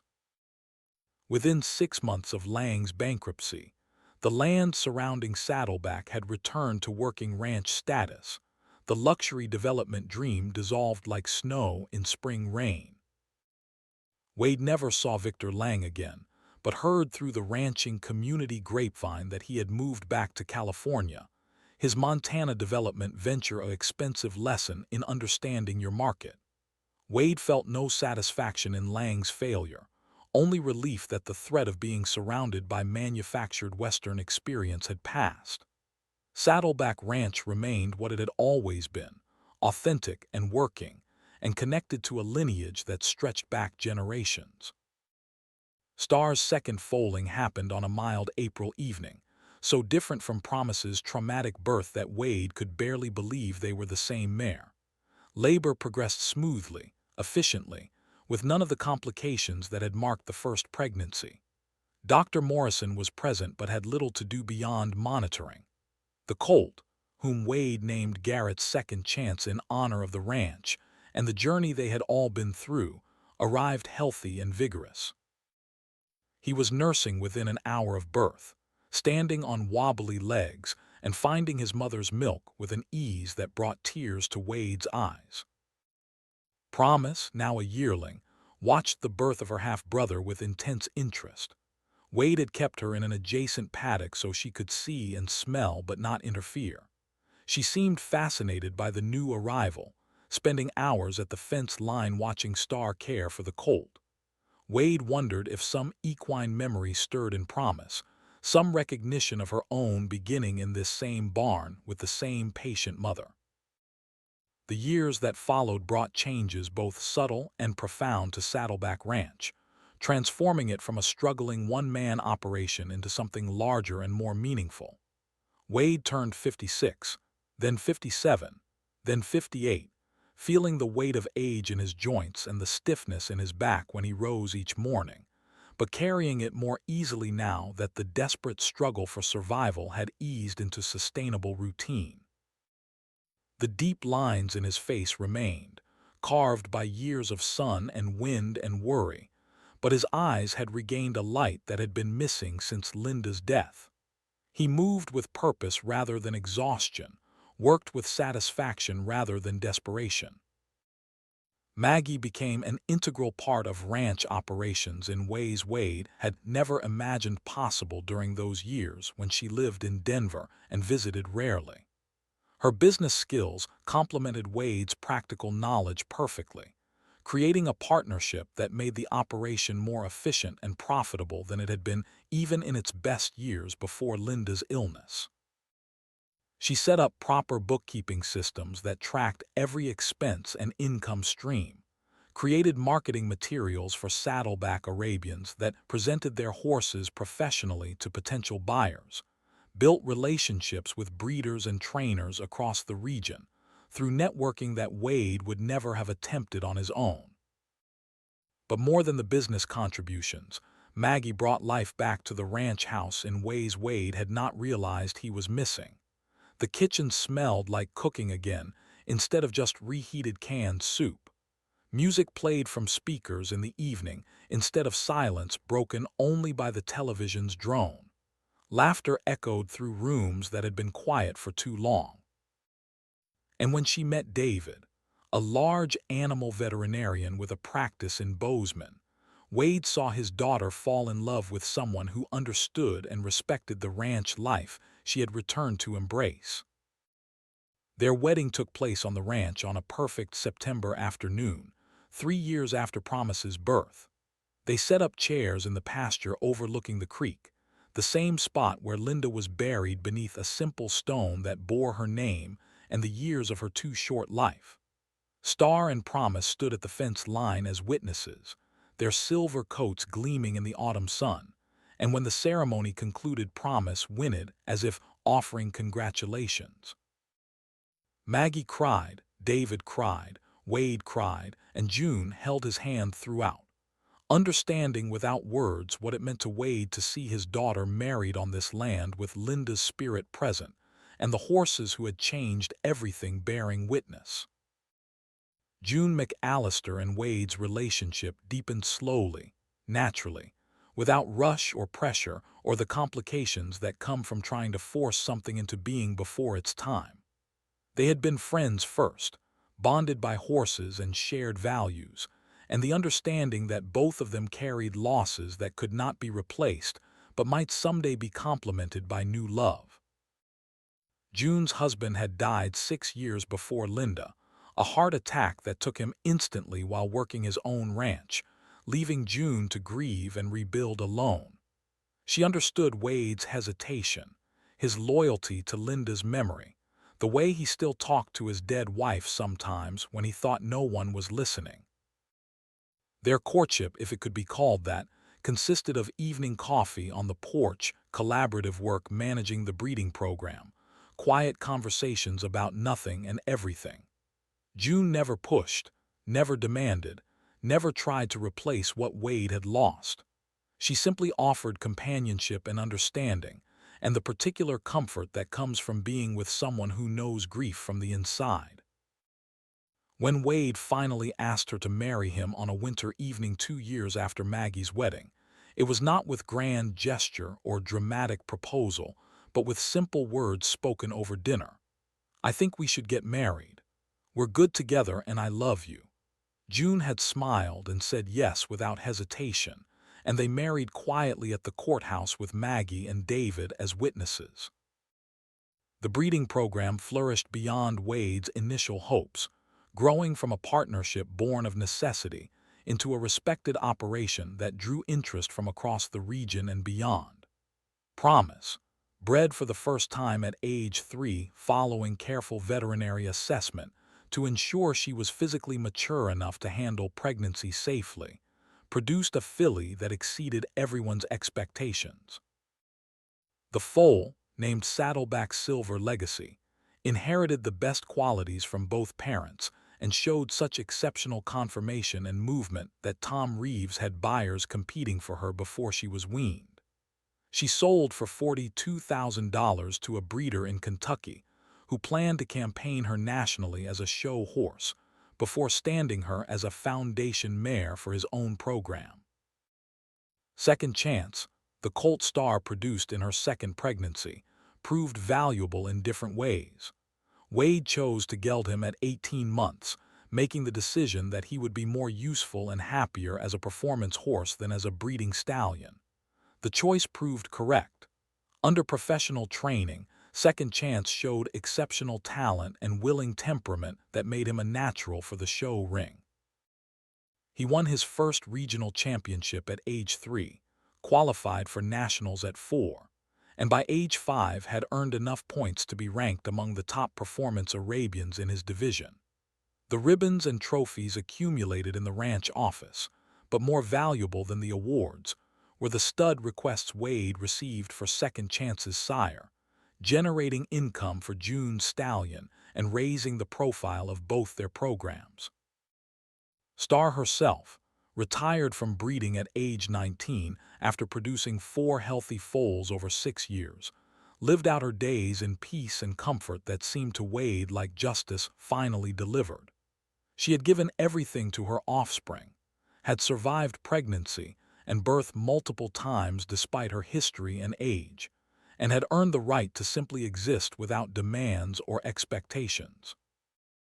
Wade kept her in the pasture closest to the house where he could see her from the kitchen window, where he could walk out any time and find her grazing peacefully or standing in the shade of the cottonwoods.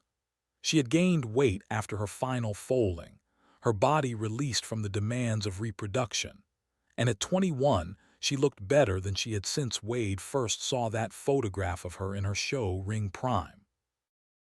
By Wade's 60th birthday, Saddleback Arabians had become a respected name in Polish Arabian breeding circles, known not just for quality horses but for ethical practices and commitment to breed preservation.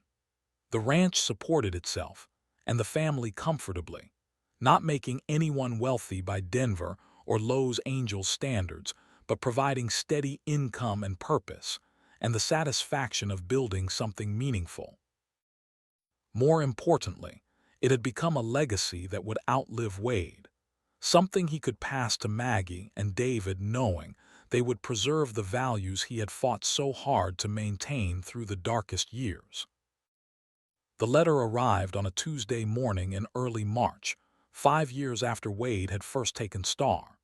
It was official looking, bearing the seal of the FBI and the signature of Agent Jason Carter, a name Wade recognized from the brief investigation years ago into the mare's history. Wade sat at his kitchen table with June making coffee and opened the envelope with hands that trembled slightly with age and curiosity. The letter explained that the investigation into Star's origins had finally been closed. The circumstances surrounding her appearance in Thomas Ashford's stable had been thoroughly documented. Ashford's death, ruled a suicide motivated by guilt over his involvement in blackmailing Henry Webb, Ben's uncle. The insurance claim that Ashford had filed years ago, claiming Star was stolen and worth $85,000, had been deemed fraudulent, but the insurance company had agreed to settle the matter. As the person who had provided care and rehabilitation for the horse, ensuring her survival and successful breeding, Wade Garrett was being awarded the insurance settlement of $85,000. The check was enclosed, along with formal documentation closing the case and transferring all ownership rights to Wade without question or encumbrance.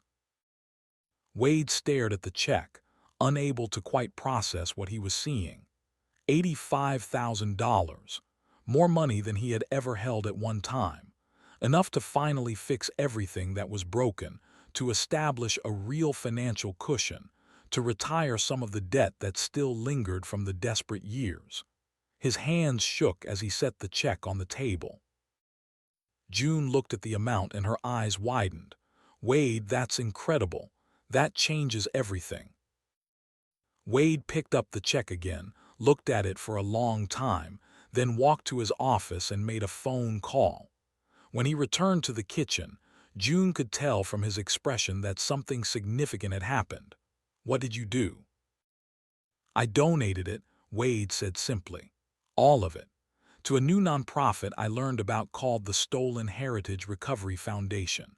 They help repatriate cultural artifacts and animals that were taken illegally from their countries of origin. It seemed fitting.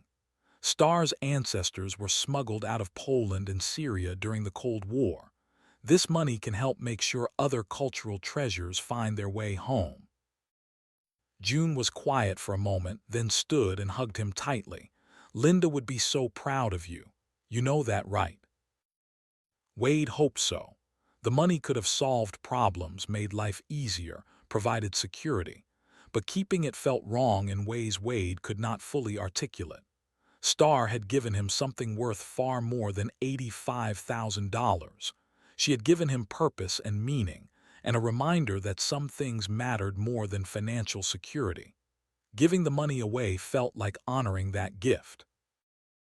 The final Sunday in March dawned clear and warm, one of those perfect early spring days that Montana produces like gifts after long winters.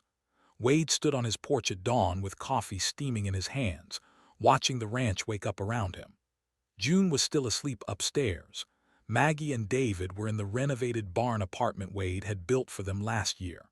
The horses were moving in their pastures, Star among them, now 21 years old and silver white in the morning light. Promise was in the training paddock with a young woman from Bozeman who specialized in preparing Arabians for show. At 5 years old, Promise had developed into exactly what Tom Reeves predicted, a stunning mare with exceptional movement and presence. She would compete in the regional championships next month, and Tom was confident she would qualify for nationals. But win or lose, Wade knew Promise had already exceeded any value he could assign. She was the living embodiment of the choice he had made 5 years ago to save her mother despite every practical reason not to. Wade walked out to the pasture where Star stood in a shaft of morning sunlight. The mare saw him approaching and walked over immediately, resting her head against his chest in the gesture that had become their ritual. Wade stroked her neck, feeling the warmth of her body, the steady rhythm of her breathing, the quiet companionship that needed no words. "You changed my life, girl," Wade said softly. "I was so lost after Linda died, just going through the motions without any real purpose. Then you showed up half dead in Ben's trailer, and somehow saving you meant saving myself too. I know that probably sounds crazy to anyone who hears it, but it's true." Star exhaled softly, warm breath against Wade's shirt, and he felt the familiar sense of peace that always came from being near her. In the distance, he could see Promise working with her trainer, her movements fluid and powerful, showing the genetics and careful breeding that had created her. Second Chance was in another pasture with his own daughter, the legacy continuing into a third generation. Beyond the immediate paddocks, Wade could see the 6 other horses that now called Saddleback home, all of them connected to Star through bloodlines or purpose. The sound of a vehicle on the gravel road pulled Wade's attention. A familiar pickup truck, newer than the one Wade remembered but with the same dent on the passenger door, pulled into the yard. Ben Hollister climbed out, accompanied by a woman Wade assumed was his wife and 2 small children who immediately started pointing at the horses with excitement. Ben called out, "I hope we're not too early. I wanted Sarah and the kids to meet Star and Promise. Is that okay?" Wade waved them over, watching as the children approached the fence with wide eyes and barely contained energy. Ben lifted the smaller one, a boy perhaps 4 years old, so he could see over the fence rails. Star, curious about the visitors, walked closer and allowed the children to reach out tentative hands to touch her nose. "Is that really the same horse from the pictures Daddy showed us?" The older child, a girl maybe 6, asked in wonder. "She's so pretty." "That's her," Ben confirmed. "This is Star, and that's her daughter Promise over there in the training ring." Wade saved both their lives. The children peppered Wade with questions about the horses, while Ben and his wife Sarah watched with grateful smiles. Wade answered patiently, explaining about Arabians and breeding and how Star had been sick but got better. He did not mention the cost or the sacrifice or the months of suffering. Those details were not important now. What mattered was that Star was here, healthy and content, surrounded by her family, both human and equine. After Ben and his family left, Wade returned to his porch where June had emerged with fresh coffee for both of them. They sat together in comfortable silence, watching the activity of the ranch, the horses moving in their pastures, the mountains standing eternal in the distance. Maggie emerged from the barn apartment and walked over, joining them on the porch steps.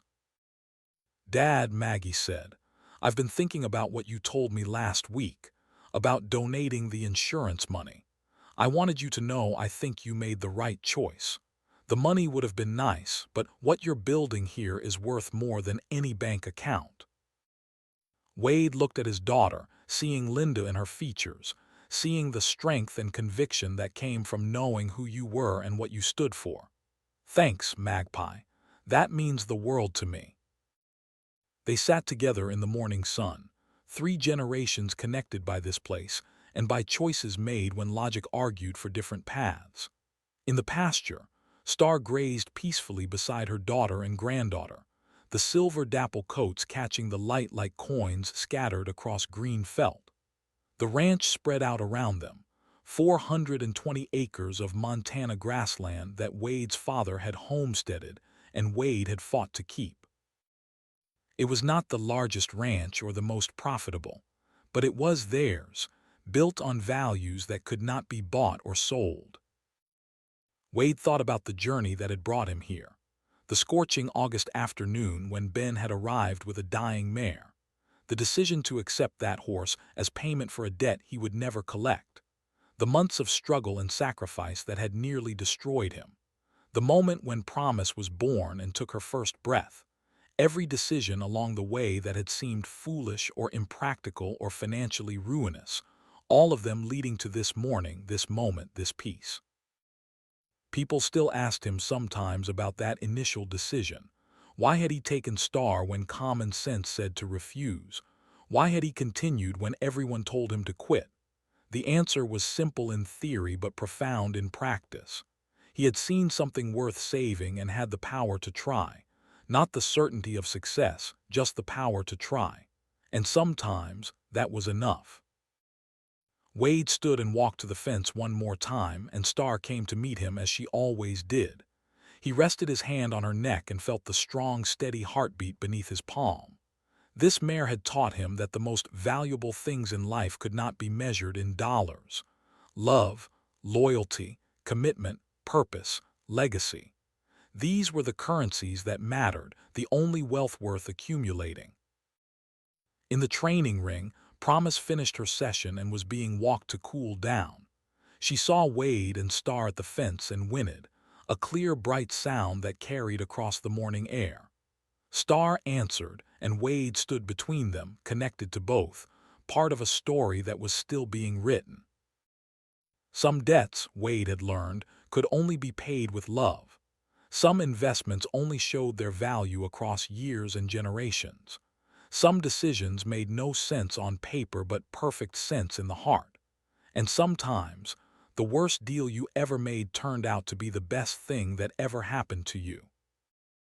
Wade Garrett had accepted a dying horse to settle a $4,200 debt, and in doing so he had saved far more than one animal's life.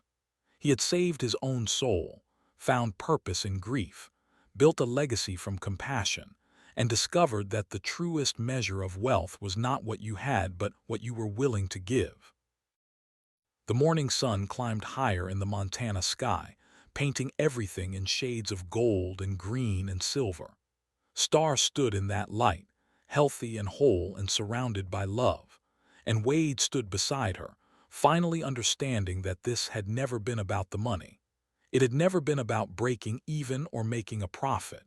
It had been about being the kind of person who kept promises even when they cost everything. That was the real treasure. That was the only currency that mattered. And Wade Garrett, standing in the morning light with the horse who had changed his life, knew he was the richest man in Montana.